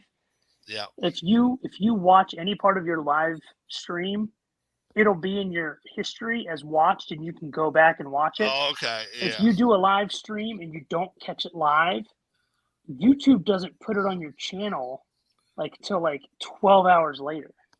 Really? Yeah. See, for me, right now, if I end this broadcast now, I can go back and watch one that I did 2 hours ago before this, if I want to, or this one, or whichever one. Well, but it was live. See, the thing is, it's live. For whatever reason, your live broadcast, they delay in posting. What they do is I don't know why, but I've noticed they'll delay posting it to your channel. But if I catch it either live or I catch it in the timeline feed, so it'll be there. But if I go to your channel to see hey, did Rob upload a video? Right. It won't be there until the next day. Very seldom upload. Yet last night I got in touch with Keith and I said, look, I was a little tired. I said, so I posed it to him like this. Are you tired tonight, Keith? And he was like, yeah, dude, I just don't feel like doing nothing tonight. And I was feeling the same way, but I didn't promise some people I'll get a couple videos up. So what will I do? I'll video them, record them, and then download them and throw them on as quick as I can get them on. And I figured by 8 o'clock last night, somebody might have been able to watch something. I don't know. Yeah. I tried to get on before that, but it didn't download quick enough. But yeah, tomorrow's first game, Cincinnati Wake Forest. That should be a decent game. That should be a decent game. I think it could be a good one. Now, the only thing I would suggest, just from watching all the game broadcasts, okay? When you get down to those final 4 dots, start doing some more 2-point well, I would say go for it, or because today there was one. Which one was it? I think it was the first one. So it was the Army game. Yeah, go for it. Well, should I punt or should I not? Yeah, because then it's okay. Well, if you roll the dice, and then they basically you have 1 tick left. That means they need a 1, and you're not really giving them a chance. Right now, they're getting. So what would you do? Would you do the roll for 3 dice, 6, 8, or whatever you got to get in order to? I would go for. I wouldn't do the desperation because the desperation I think is only allowed when there's 1 tick left, which is what you did today. But I mean, when it came to decide whether to punt or not, I think you had them punt, and then it was okay, well, if they get the ball back, they only have 1 tick, which means they then need to have 1 on the red die, or they can do the desperation. The desperation, yeah, exactly. Yeah. So it's just well, it kind of yes, there's time left, but then does that you realize they would I'm just thinking they would probably go for it. The only chance they got is if 13 rolls and fumble on a punt. Yeah, and that don't happen. Happens some. I mean, well, you'll see when you watch one of these videos in a minute. Don't really. No spoilers. It's 2 games. It's 2 games anyway, so I'm not going to spoil it for you. One of them's a game. One of them's not. Okay. But one of them is a game. The Air Force game was probably a blowout, would be my guess. But don't tell me. The Air Force, you didn't play it. You didn't play that yet. Sorry. I didn't play that one yet. No. Yeah. So check it out. We will be. I don't know what we're going to do tomorrow. Tomorrow's Friday. I'm available tomorrow night. I have a cigar outside in the yard, and if you want to stream, you can stream. Doesn't matter. Should be nice weather, hopefully. So, text me, email me. Yeah. Matt, what you got going on tomorrow evening? I know you're going to go shooting some over the weekend, but Friday night you got any kind of plans cooking tomorrow?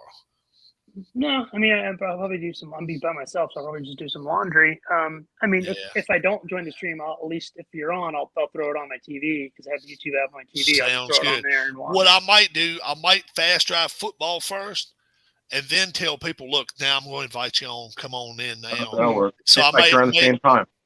Yeah, right? Yeah. I may do it at the same time.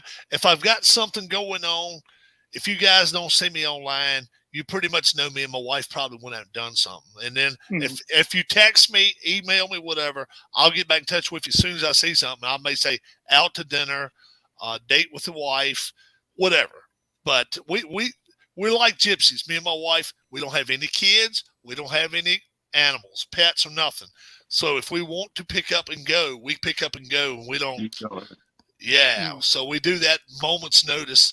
And we just kind of just do it and just like, that's just the way we've always been. So we're happy with it like that. Saturday too, Belmont. I should be home from Belmont like 7:30. So all right, that's Saturday or Saturday. Yeah. All Saturday, right. So before you leave to go there, text me and let me know what what is it on NBC starting at noon or like 2 or? No, it should be on Fox Sports 1, I believe. Like around 11:30, 12 o'clock, or FS2, America's Day at the Races. Okay. And I'll just all day until they cut off for a game and go to the next channel. Or they have a YouTube app, New York Racing Association. Watch it on YouTube if you want. Streams the whole thing right through. Yeah. All right. So if you decide to get in touch with me and be like, "Hey, Rob, shoot it on StreamYard real quick." If you're sitting somewhere, you got a good seat, got your beer in your hand, or whatever. We will talk to you as much as we can talk to you. Probably not going to be able to talk to you much, but you can kind of say, well, this is what's going on. And I'll probably sit to the side and be like, okay, let's let Travis have the floor right now. 3 minutes, something like that real quick. Yeah. Yeah. So we can do that. I'm curious how long they let it go for on YouTube. I don't know how long they let it go for. Well, one thing about if they don't say nothing, all they can do to me is warn me, put a warning. I haven't had any warnings in like a year and a half. This needs to come down, or you need to take copyright. Or sometimes if it's music in the background, if you like to watch like slot machines, and then in the back they say, "Never gonna let you go," or whatever the hell, or whatever, and they hear that song or whatever, they can contact you and say, your video is fine, other than we can't have this music on there. You can go take that music off. You can edit it and then put new music on in its place or whatever, and they won't touch it. If they can hear NBC on there or whatever, they may contact me and say, look, you need to get that guy with the announce team off of there. But if you're talking and they can't hear it, they may not know anything about that. They may not ever mess with it. So, all right. Hey, we'll give it a shot. Hey, if I get a good signal, then we'll try it out. It should be pretty cool. Yep. You folks out there to watch Fast Drive Football tonight, I thank you. 2 games we put up tonight. Tomorrow's first game is going to be Cincinnati at Wake Forest. Should be a good game. Winner has 2 wins, I guess. So, be 2-1. I got a feeling it's going to be a lot of 6-2 teams in that top 8 at the end. We'll see. I don't know. I don't think it's going to be over 1 or 2 8-0 teams. That's for sure. At the most, Matt. More than 2. I'm going to say 2. More than 2 or less than 2 8-0 teams at the end of the season. I'm going to say less. 2 or less.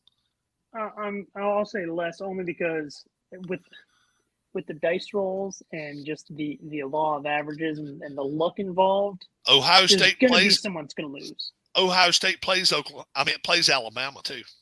Yeah, those are the 2 I would think would go 8-0. So yeah, so less than 2. Yeah. I say 2 or less. Yeah, I don't think NC State's going to run the table. They could. If they do, all I can say is, Lord help them when they get a hold to Georgia. They may give Georgia a game though. But NC State already played Georgia. Oh, that's right. They beat Georgia. That's right. Georgia. Yeah. They beat Alabama. Alabama, Ohio State, Oklahoma. There's some teams out there. Cincinnati's pretty good too. There's some teams that can stick with NC State. NC State's just got such a rocking card. It'd be funny to see NC State play Army That would be a good game. But and there's other teams that have really good cards that just haven't, like, the luck just hasn't gone their way. Like Georgia is another perfect example of. Yeah, they're 1-2. They're 1-2, Yeah. right? Yeah. They'll turn it around. They'll be 5-3 or 6-2 by the end. I don't know whether they'll make a playoff, but we'll see. You all have a great, great evening. For Travis, for Matt, my name's Rob. I hope you enjoyed the channel. And yeah, join all these. I've got a lot of channels under my name. Check them out.